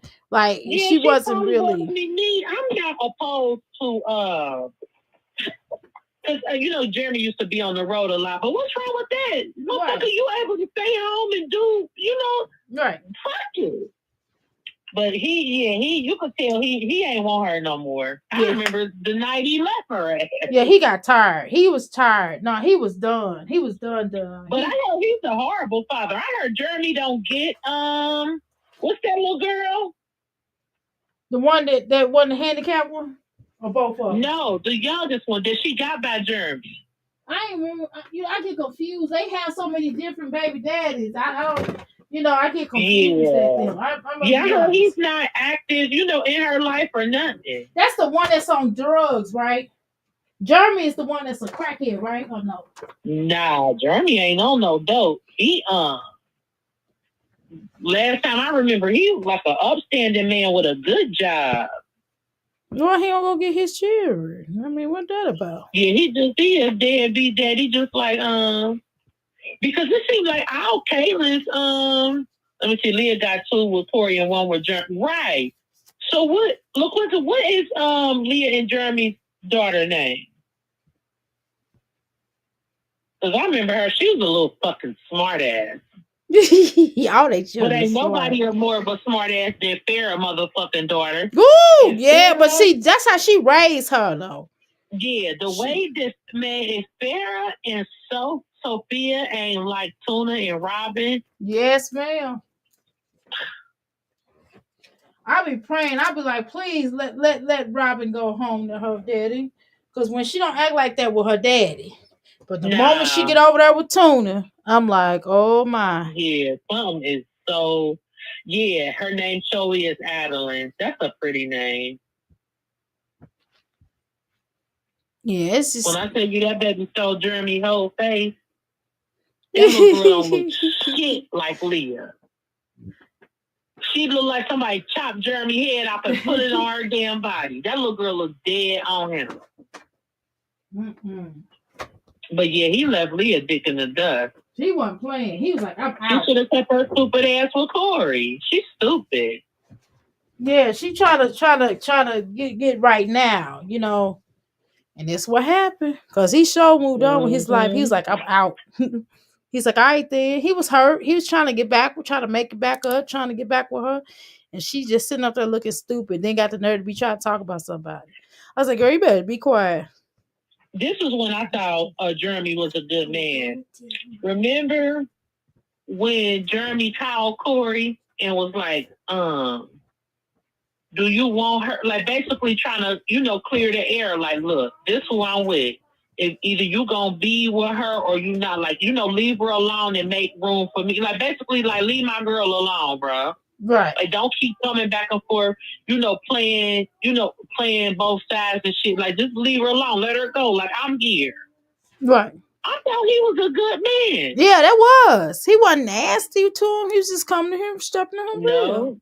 I thought him and Leah really had something. I ain't think so. I think she was too messed up in the head. I'm gonna keep it real.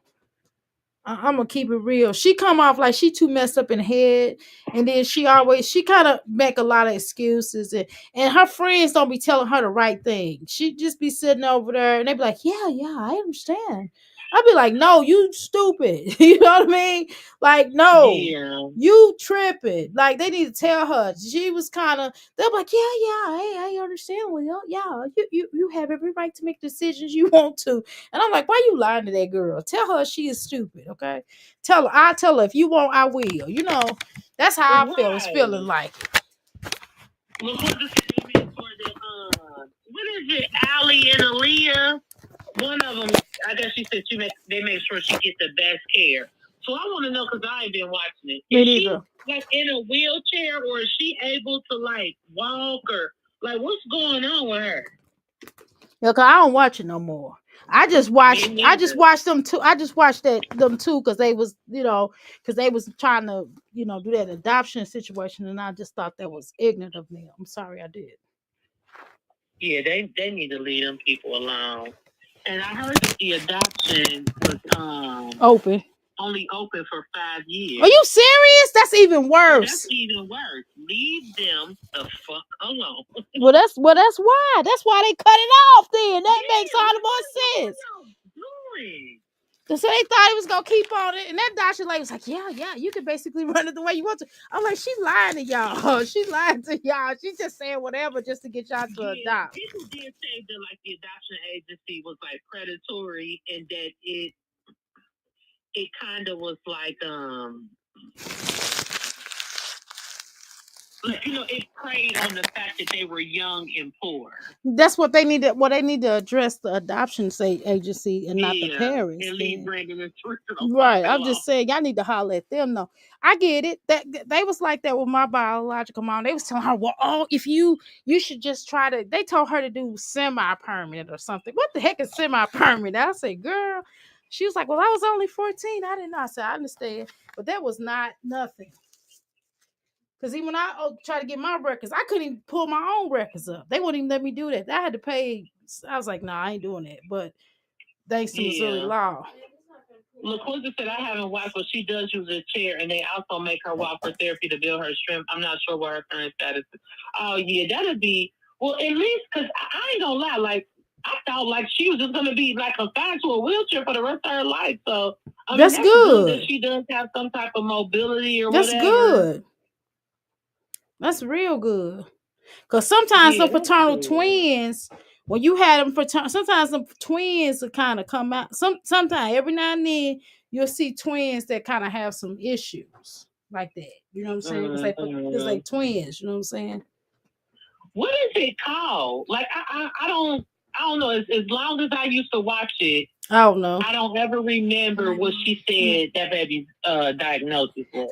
Did you brush your teeth? Yes. All right. Thank you. Yeah, I don't know what she had. I don't know, but I just know she had something, and I know she was having some issues in walking. And I was glad that she was getting that help. Unlike people like Jasmine, they don't do that. Yeah. Here on YouTube. But remember, Leah was saying that Corey was in denial because remember when she first got Allie's wheelchair, and she was saying the Corey was like, "Oh, she doesn't need it," and all that, and she was just saying like he was in denial, like he was like, "My daughter don't need that. Like ain't nothing wrong with her." Like Corey, yes, it is. Right. Like, she needs intervention. She needs services. But he a good ass daddy though. Yeah, he probably just going through it. He probably just didn't want to believe that, but I mean, it is what because he probably took it in like he felt like it was his fault. You know what I mean? Because he would have to deal with the reality of her that happening to her. He probably thought it was his fault. But that is weird though. I remember that, and I remember her sitting up there, and she was divorced. And why did she leave that man alone again? I don't even know why she left him alone. Why did she leave him alone? She just woke up one day. Yeah, why did she just woke up and said, "I'm done"? No, I'm talking about the other dude. What the other guy she was with? Corey, the kid's daddy. Yeah. I think he had cheated. I think she cheated on him. Yeah, that's what I thought. She cheated on him. Yeah. Leah But what's crazy, Kaylin cheated on Tyler too before. Did she? Oh, yeah, I think she said the that. Fucking nerve. Girl, she did. no, she did cheat on him. Yeah. But Quincy said he was in denial about it, but soon he had a different mindset when he saw he really struggled, and the doctor confirmed. Yeah, you could tell he just he's this old country white boy, like let's make this go away. No, it's not going away, Corey. Something wrong with the baby. Let's get her some help. Right. He seemed like a cool. He was like a cool guy. He was just like he came off like a little redneck that wasn't a total, like not a jerk redneck, like a redneck that was a decent. lot of these girls got good baby daddies. Like a lot of people wonder how Derek would have been, how Sophia would have ended up had Derek, not passed away.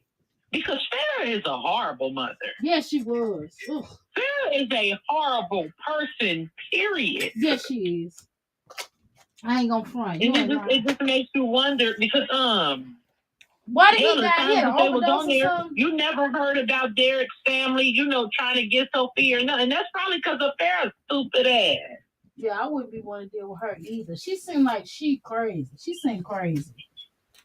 She seemed crazy. Girl, nutty as a fucking dead bug. Girl. She seemed that like bitch ain't got a lick of sense. She's so goddamn ignorant. She was getting that little girl. She just reminds me of Tuna because I understand. I don't think it's right. But it's one thing to be conceited when you're pretty because it's like you're pretty and you, whatever, you think you're better than other people. But when you're ugly, that's crazy work. Well, just because she went and got all that surgery and she thinks she's better. I'm like, girl, and no, you look worse. I mean, sir, you already ain't look like too much of shit to begin with. Yeah, she was ugly. She ugly then and she ugly now. I'm just gonna be honest. Yeah, bitch, no, like Farrah was just so fucking weird. Like, bitch, what the fuck is wrong with you? Bitch, you're on the show because you had a baby as a child. Bitch, fight down. Right. It ain't like you did anything glorious with your life. Right. And then she started doing those cornos and stuff. And they said she be having inappropriate conversations with Sophia and everything about her body. Do she want her OnlyFans? Like, I remember they had Farrah on a podcast one day saying, because they was asking about her and Leah's relationship. She was like, she has her own life and I have mine. She was like, she does her and I do me. Whatever she wants to do. If she wants to be a webcam girl, she can if she wants. Yeah, that woman's tripping. She's trying to hip out her daughter. Farrah's a fucking groomer. She is an exploiter of children. Her mama probably exploited her too. That's probably what's wrong with her. Yeah, I thought she was crazy. Oh my god, I thought she was the worst mother. Stupid as hell. At least I don't think even okay. We can say whatever we want to about Kayla. I thought Kayla was a pretty decent mom. You know what I'm saying? I just think she not. I wouldn't make her a girlfriend or a baby mama. I know I wouldn't do that if I was a dude. I would run away from her. Kayla, you talking about Isaac and Javier? Javier baby mama. Yeah. Yeah, I think Kayla is a good mother, but she's just not. I don't know. I don't necessarily like her as a person. Yeah, like I think she she's a good provides her person. children with a good home or whatever. Yeah, but I don't like Kaylin either. Yeah, I don't like her as a person. Said something to Joe about dressing Isaac like a white boy and getting him a black boy haircut. Yeah, I know that. Yeah, fuck Kaylin. Yeah, she because I think Javi. Okay, so no, not Javi. Joe had got Isaac's haircut, and she was like, he's not black. She's like, you don't get his haircut like this, and you have him in black kid clothes. He's not like it was some bullshit. But then turn around and get with a black dude and have a baby by a black dude. Now you got 3-4 half breed kids. Kaylin, fuck you. You always wanted that. Right, and then he clowned her. You never fuck with a full-fledged white boy because you don't want your kids looking all white. Bitch, ain't nobody stupid. And then he was like, oh, he used to clown her. Oh my God. And then the little black dude was like, he didn't want nothing to do with her. He didn't want to be seen on the show with her, okay? He didn't want to be seen with I her. didn't like that Javier started messing with Brianna like all the women in the world. Just why? Yeah, hey, Javier is a whole fucking playhead out here. Yeah, Javier thirsty as hell. He'll fuck anybody. He definitely, he is Remember definitely. he had that white baby mama, Yeah. and they did them t-shirts. She was pregnant and shit. He probably ain't even with her no more. And shit. He probably no. I don't think he is. At least Joe a little bit stable with his old looking self. Yeah. Joe look like his daddy. Oh, he look Hell older yeah, than his Joe daddy. is looking like Herman Monster. Joe is ugly as hell, and Oh. that is fucking loud. He is. Him and Caitlyn, they look good together because they both look funny looking. Cause she's like, oh my gosh, she was gruesome when she first came on. I was like, ooh, what is that? She was talking crazy to him, and he was like, he just looked at it. He's like, all right then. And ever since that first episode, she's talking crazy. Then he got with her. His mom will be rolling every time she walked in the room. His mom will be rolling her eyes. Yeah, like if you don't like her, what the fuck y'all letting her? They were going off her. Where did they even get Kaylin? Because if you had to live with them, where were you when you and Joe was fucking? Right. Oh my God, because her mama, Joe mama used to cry. Oh, girl, I never see nobody that like somebody in that close vicinity of them. She'll be like, what you doing now? What you want now? I'm trying to say, I'll be like, that. Yeah, so you know that Chelsea, I'm so glad that Chelsea is doing good for herself. Which one is Chelsea? Chelsea, the one with the red hair with the baby daddy named Adam. Okay, Adam the crackhead. Is Adam the crackhead? I can't remember. Yeah, Adam is a junkie, and Macy baby daddy Ryan is a junkie too. Why baby daddy almost a junkie? Girl, because the where they live in the damn sticks of Idaho and all that bullshit, girl. Caitlyn and who? Okay, remember Chelsea had Aubrey for Wait a minute. Adam. Okay, wait. I gotta look at them again. I gotta refresh my memory. Chelsea and Adam. Okay. Yes. Got that baby Aubrey. Okay. And you know he used to be playing. Adam is no different than Ryan, Macy's baby daddy. He's just like him, a junkie. He don't care about his child, nothing. But just like Chelsea found a good ass husband and had a bunch of kids, man, just like Macy did. Okay, I'm look. Oh yeah, I remember her. Oh yeah, she became a hairdresser. That's right. She became a hairdresser. I remember her. She got her GED. Yeah, she got her GED, and she was trying to get him to come and babysit the child while she go get her GED. He wouldn't. He was cracked out or something. Her mama had her friend. And was like, you could take you in that mistake and shove it up. Like Adam was very evil. Okay, so LaQuinta said yes. At first, Chelsea struggled, was very emotional. When I tell you Chelsea daddy stepped for her and she got herself together, went to esthetician school and got a good husband and a beautiful home. She damn the show fuck did. When I tell you Chelsea glowed all the way. Because in the early days, I didn't think that Chelsea was cute. No.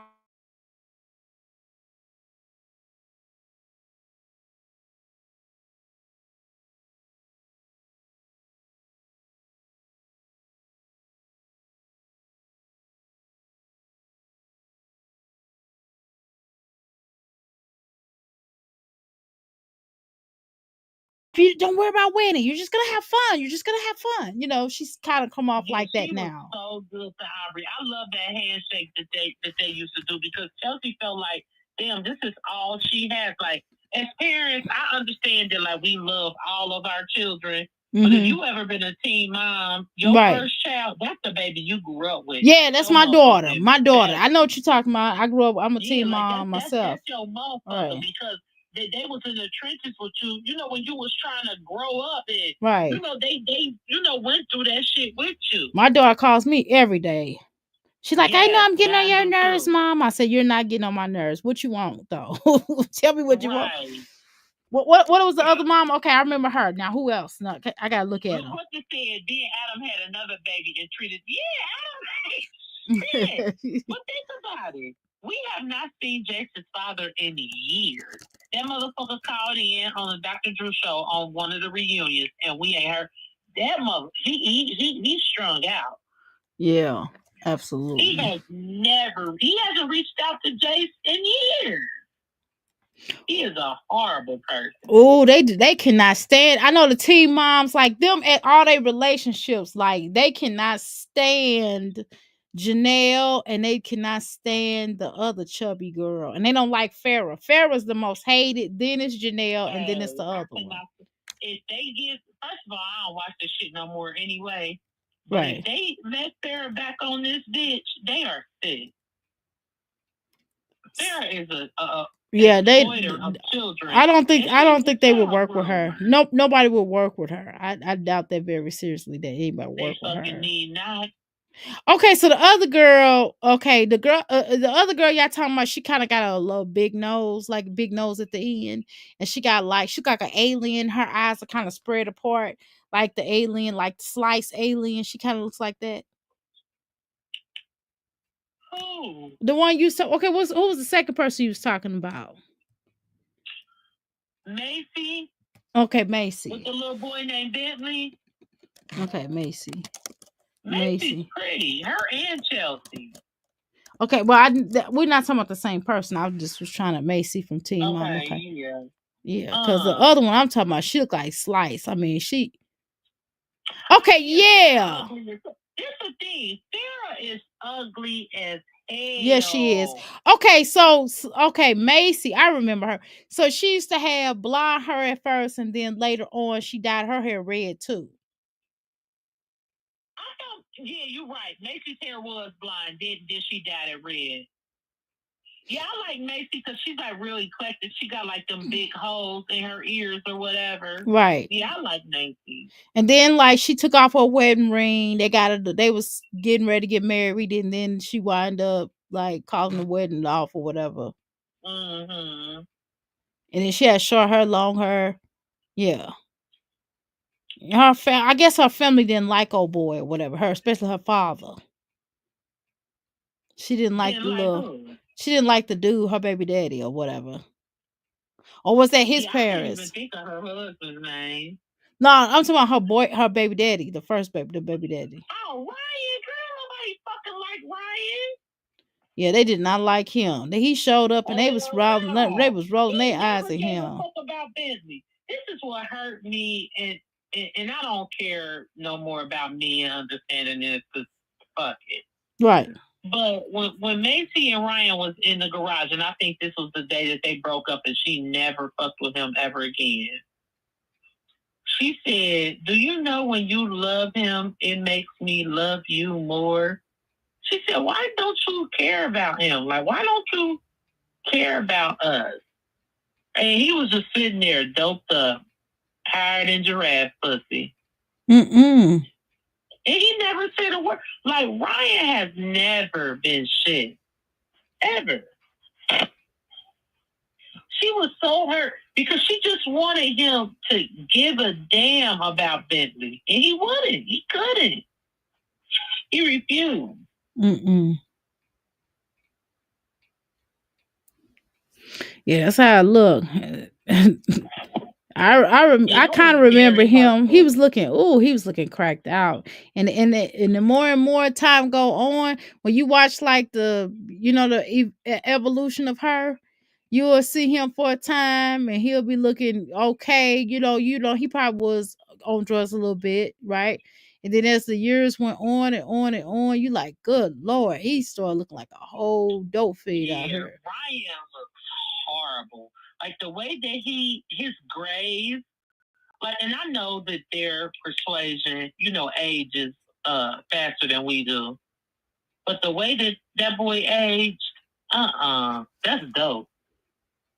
Yeah, he. Because why the fuck do Macy still look the way the fuck she do? Macy is pretty. Yeah, she a decent looking woman. And then like I'm looking at her little wedding. I'm looking at it right now, and she's all glowing and everything. Even the moms are on here. The other teen moms are at her wedding, and her daughter's sitting up there. I guess that's a daughter. She had a daughter with old boy, right?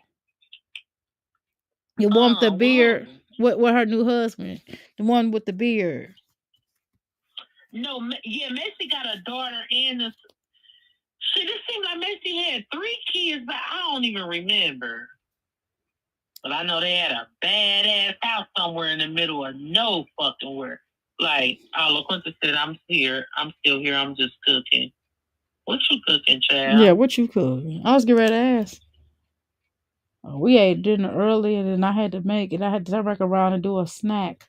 Because somebody was like, they still hungry. I said, you hungry? You just ate. I told him that too. I just want to see what he's going to say. He said, I'm not. Play that song for him, Dr. A. He going to kick your mom.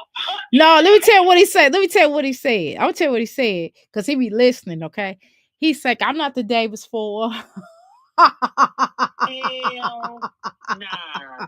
Hey, tell nephew, hey, I don't even got nothing to say, man. I started laughing. I said, get over here and give me this food. I said, you can I just teasing you. Because I said where I was laughing, and he started laughing. He said, I'm not the Davis 4. This is the good. Next time he asks for a player video, man. He already know who I'm talking about. He don't know their name, but he remember the Davis 4. He remember some things. He be like, nah, I ain't the Davis 4. He remember that. Then he remember we said something about little AJ or whatever. He said, I ain't gonna tell you what he said about him. He said, I'm not Chucky. He heard you say he called him Chucky. I said, don't call that baby no Chucky. He said, I ain't gonna talk about that. She made barbecue ribs, macaroni and cheese, baked beans, and a turkey. For my son, because he don't eat. Hey, she act like my aunt. I'm telling you, Dr. A, I work a lot, so I do not cook like that on no fucking weekday. Shit like that is strictly reserved for Sundays. No fucking way. I don't blame you. She cooked the whole smorgasbord. I did. I made some I made a turkey pot pie because my son don't eat. Oh my god. I did a lentil bean soup. But I didn't let it, I didn't do runny soup. It was kind of like a thick soup, right? I threw some and I put like vegetables in there. I don't remember what vegetables. I just cooked it. I had some soup the other day before, and I just used that same water that I had with that soup. So whatever was left over with that, I'm telling you, because it had a good taste to it, and I just changed it and switched it. And that flavor was good. Yeah. So I just added that with the lentil soup, and then whatever the vegetables that was left over, and then I put a little more in there, and then I made some I baked some Brussels sprouts, and I cut strong onions. Them onions are strong. I was crying. And I cut the Brussels sprouts, and I seasoned up real good, put that in the oven, and then I made some rice, and then I made something else. I sauteed cabbage on the stove. So that's what I made today. I came in and made my boys a turkey and cheese with some red pepper tomato soup. That sounds good. Like they got them like they got them milk cartons, like them cardboard cartons. Right. Tomato and red pepper soup at Aldi. And I just add like a little butter, like a little heavy cream, a little salt, pepper, tad bit of motherfucking brown sugar just to make that shit pop. Made them a turkey and cheese and sent their ass on their way. They outside with their friends. I know that's right. That's what I would do. Hey, LaQuinta, she like us, Dr. A. She don't crap. She said he don't eat pork. He just eat turkey, chicken. No, I'm trying to tell you. I'm just not son ain't for her motherfucking baby. Yeah, I'm not getting ready to. My son would never starve. He coming here right now before bedtime. My husband might say, no, that boy no hungry. Let him lay down. Nope. He said he hungry. He eating. I don't care what. I'm overriding what you say. He say he hungry. He gonna eat. But my husband ain't gonna say nothing about that. I had got some grapes. I don't know if y'all know this, but like Aldi be having like the variety grapes. I know. In a plastic box here, so like they have like the red and the green. Mm-hmm. And like I know that. Like the light red grapes in one thing. So I'm telling them like, hey, whatever this, because I don't give a fuck about them eating cookies and bullshit. After they eat dinner. But it's like, eat some grapes, eat some fruit with that Right. shit. Like, and I look in the trash can, that shit gone. I'm like, how the fuck? You know what? I don't even care. Just go ahead. Right, as long as they eating. I'm trying to tell you, I got like 5 things of grapes in there right now. I got green grapes though. I don't have the red ones. But from all these, I got about 5 things of grapes. And shoot, that's getting ready to get ate up tomorrow. I'm trying, well, not all of it, but some of it gonna eat some more. Because we usually have some every day, like lunch, breakfast, type of thing. And fruit cups. I try to get them, especially when I'm here, like fruit with breakfast and lunch. But Right. when I'm not here, it's a free for all. These motherfuckers be eating noodles, bullshit ass microwave pizzas, just anything. And I don't care because as long as my kids eat. And then when I'm out, they don't get that love, so I don't care. Exactly. But yeah, I don't see how they. And then Jasmine told she gonna lock the cabinet up. Like, I'm not locking no cabinet up. That's gonna be out. You know what I mean? Like, I don't want them to eat too many snacks. But you know the reason why they want snacks is because you're not giving them full course meals so much. Exactly. Because I looked at Olivia, I'm like, why you not giving these children food? They asking for food and she just warming up like snacks. Evil motherfucker. Doc, can you highlight not her last comment, but the one before her last one? Oh, I met Album. He used to talk to Arby bad time all the time. You meant Album. Okay. It was something about the food. I fixed chicken and sausage Alfredo pasta Tuesday, but my son doesn't eat sauce, so I put chicken on the side and made him some butter pasta with it. Okay. You hear that? That's real life mama shit. Like, he don't want this shit, so I'ma still make it and make his shit separate. My son don't like asparagus. He and Jasmine kids will be in that motherfucker sliding down the fucking wall. I'm trying to tell you, they'll be at my house. They'll eat, boy. They go back fat. I'm trying to tell you, that little Ava be them going back fat. Ava would be sitting over here not eating. I'm like, go in there and eat that food. Ava come back to Jasmine with chubby cheeks. That's why she just needs to just live with me. Right, that little girl because to be eating. She going straight to ballet, straight to gymnastics, like whatever she want to do. Like, her life gonna be set. Like, and she gonna have her hair comb, and she gonna have that hair redone, and it's gonna be growing, and she gonna be talking better. And she gonna be talking better. She not gonna be talking crazy.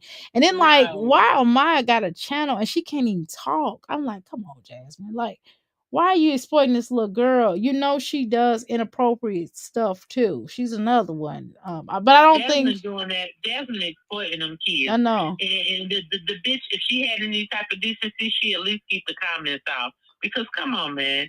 Jasmine, they about to be over there flushing that baby. But I can't stand about hoes in this sector. They act like they don't like a motherfucker kids because they don't like their mom. Like, man, fuck y'all. Right.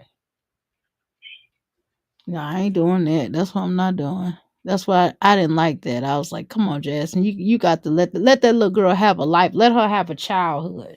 It's bad enough you her mom and she got to live with you sometimes, but don't exploit her. Excited as hell when she was in. Think about it. Jasmine ain't never been excited to do nothing for them kids. Exactly. But you excited because you about to get your daughter a YouTube channel where she could be exploited. Bitch, fuck you. Yeah, she ain't gonna do nothing but take her money. Yeah. She take them cash apps, and she probably gonna take all her money and give her like $20. Like that little girl claimed that whole house, and she let her take some energy gum. That's insane. I said that's why I said I think that was probably my last little video where I was really talking. I don't remember whatever I was talking about. I was just like, man, this is insanity. I can't talk about these women all the time. Yeah, that's some sorry ass shit. Yeah, because that was too much. And I went over there and looked at Olivia, that little birthday. Why she always gotta get at Christian and try to make him feel like he a gangbanger or something? That is so weird to me. The way they treat that little boy, I hate it. I cannot stand that shit. Like, that boy, he ain't doing nothing but trying to exist. He over that motherfucker, he trying to survive. Yeah, he can't. Not what this is how you motherfuckers treat that baby, man. Fuck Ollie. And then, like, Robin, I ain't even trying to be funny or nothing. But Robin, you need to relax, baby. You She act do. like your mama. She You do. look like your mama. When she over there with Chill the Liv, fuck she out, baby. she do that with Liv because Liv make her do that stuff. I think she Yeah. encourages her. You're talking about, okay, if you recall the video, the way that Robin came in and was talking about that shit, you could tell she was lying. Right. Yeah, he did this, and then I went, and then she started coughing like, yeah, because, Robin, you're lying, bro. Right. Well, I didn't know where he was. I guess he went over his front whiskey with next door. You outside fucking with him. I think Robin is jealous of the attention that Christian gets at his mom and daddy house because Right. he is football star. Right. So it's like, I know my mama don't give a fuck about that shit over here. So let me be on bullshit and show him, okay, you might be something at our parents' house, but you ain't shit over here. I swear, I really do. But in a little while, he gonna stop wanting to go over there. I'm telling you, they're not gonna make him. I can't fucking wait.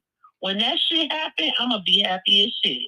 And she gonna be sitting over there. Well, why? I don't understand why he won't come over here. Watch. And he gonna be like, cause you treat me. I don't like the way you treat me. Yeah. LaQuinta said I have to. That's my baby. If I gotta fix 2 different meals, that's what. Period. Right. Now, don't get me wrong. I don't fix 2 different meals because I told my kids, goddamn it, I ain't no short order cook over this motherfucker. Now, this ain't no goddamn diner. This ain't no motherfucking cafe. But that's why I don't make shit that my kids don't like. And if I do, it's gonna be something small just for me.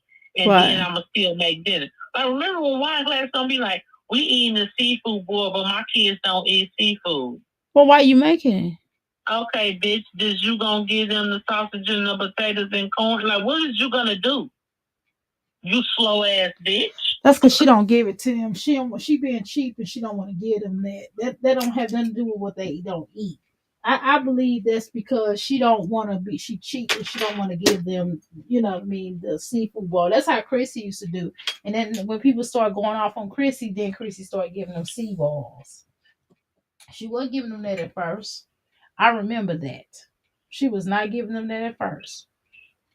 And then another time, Chris used to take her butt out to dinner and then give them some crappy meals.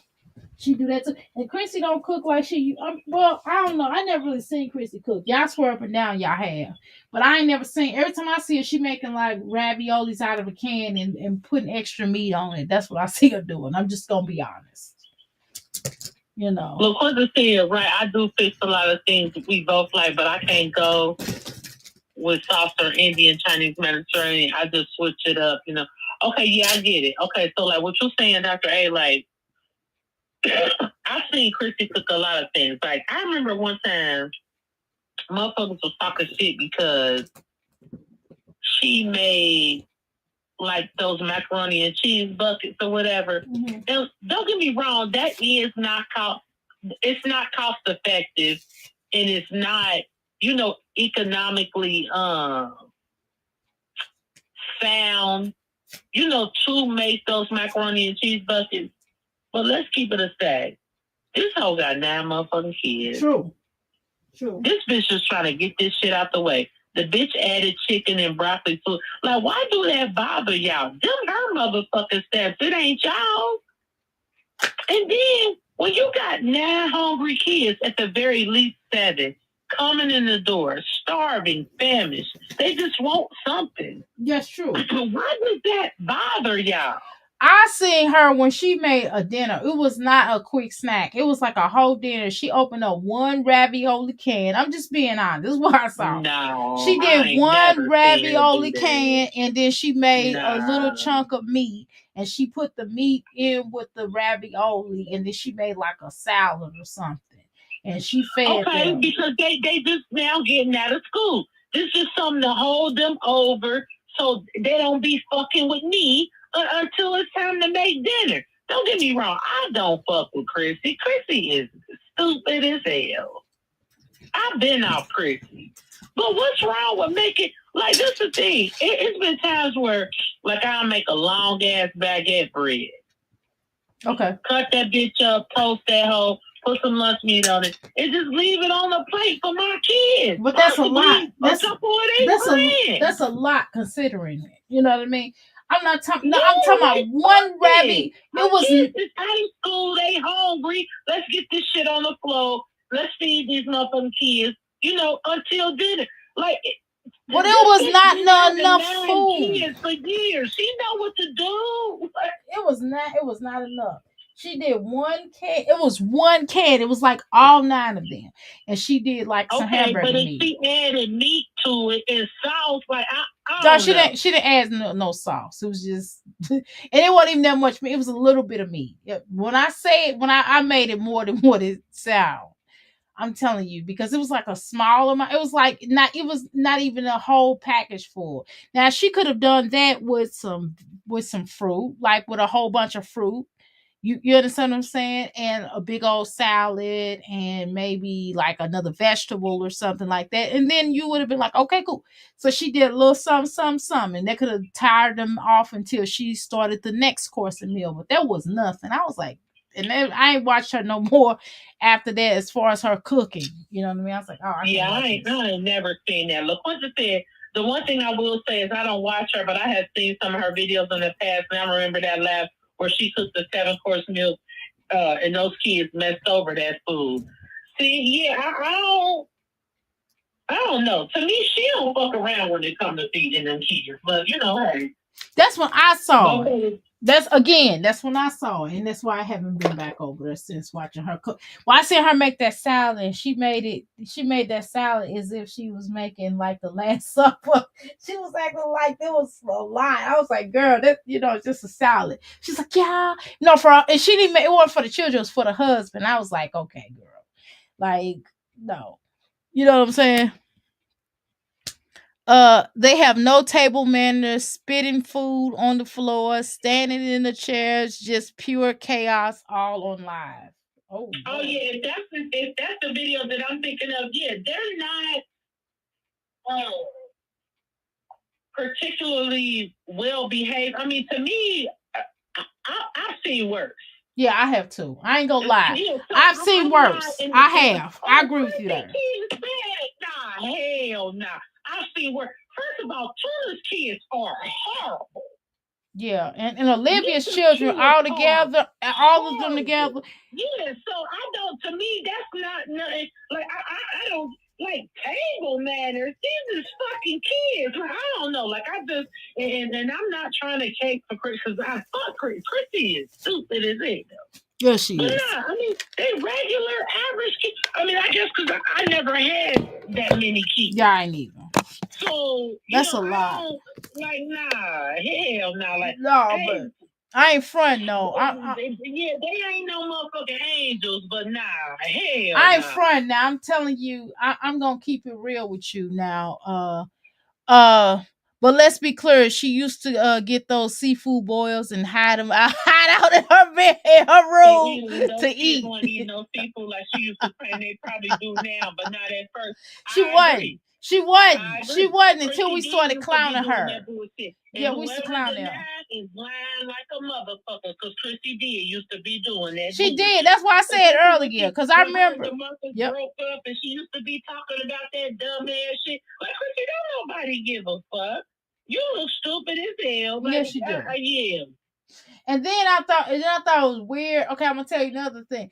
I thought it was weird when she was catching flights and the children out in the cold because she and with her mama.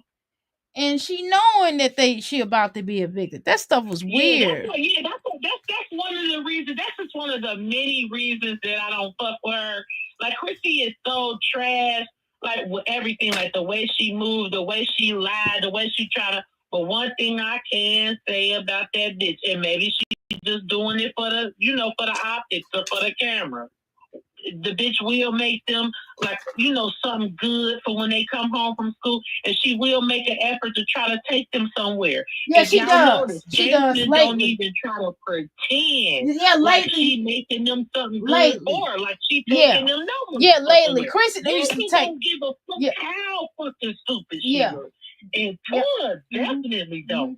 Tuna is never She don't ever take gonna them pretend nowhere. like She don't she care. give a fuck She about just she let them go kids. outside. She let them go outside Like and, kids. Yeah, she don't even give a fuck. unparenting, unsupervised, and then it's one thing to be a content creator and pretend like you be taking your kids somewhere because you want to make some money, but it's another thing to be a content creator and don't even act like you taking your kids no motherfucking where. And she ain't going you to. Don't give a fuck. And she ain't going to. And I thought that was weird. Not going to. I thought it was weird how she got down with that. How Jasmine took that boy to Chili's. She took Legendary. She always wait till them children go off somewhere and then she'll take Legendary to. Yes, Jasmine is so enamored with his child. It is so fucking embarrassing. I have never in my life I don't know. Like the love that I got from my children, I don't give a fuck how many daddies they motherfucking got.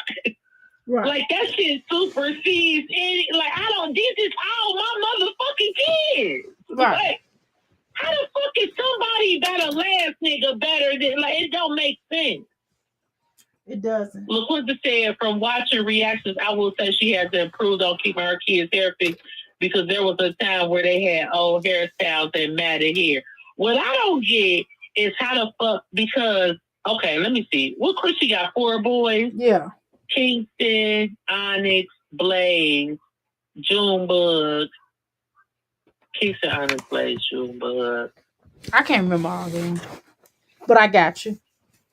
And I think that's it. Don't get me wrong. That is $1. Because haircuts is not $5 and $10 for little boys no more. Not no more. It's like $30. That's why her whole ass husband. Okay, LaQuinta said it's 5. So who am I missing? The one that she Onyx, Blaze, Junebug. Oh, Onyx, Blaze, Kingston, Junebug, and Cash. Okay, yeah, it's Cash. So, okay, don't get me wrong. That is over $100. But oh well, motherfucker, ain't nobody tell you to have them, bitch. Yeah. And why your nigga can't do it? Because she ain't got no dude. She ain't got no man. Exactly. I don't believe that. I don't believe that. I don't believe that. Me and just like Jasmine sitting up there talking about she got a man. I'm like, Jasmine, we're going to quit playing. We're going to quit this playing. And it's so fucking embarrassing because nobody asked you about this bullshit or nothing, Jasmine. Fuck you.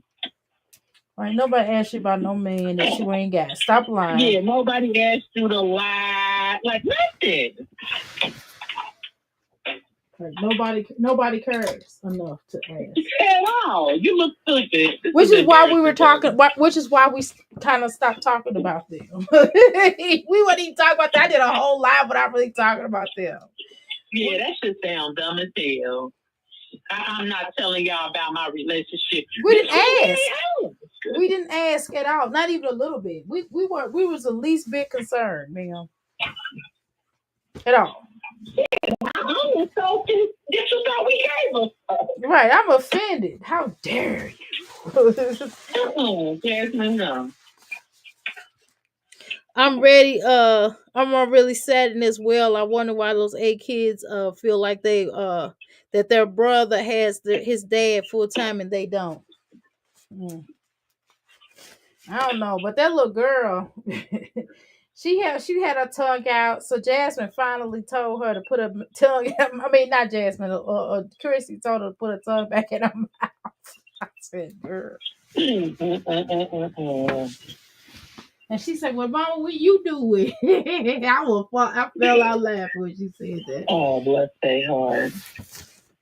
You gonna be on for a sec, Doc? Yeah, I'm good. I'm going to ride, lift out of her. I'm going to lift out of her. If you get ready to go, I'm going to lift out of her because I don't feel like talking to myself today.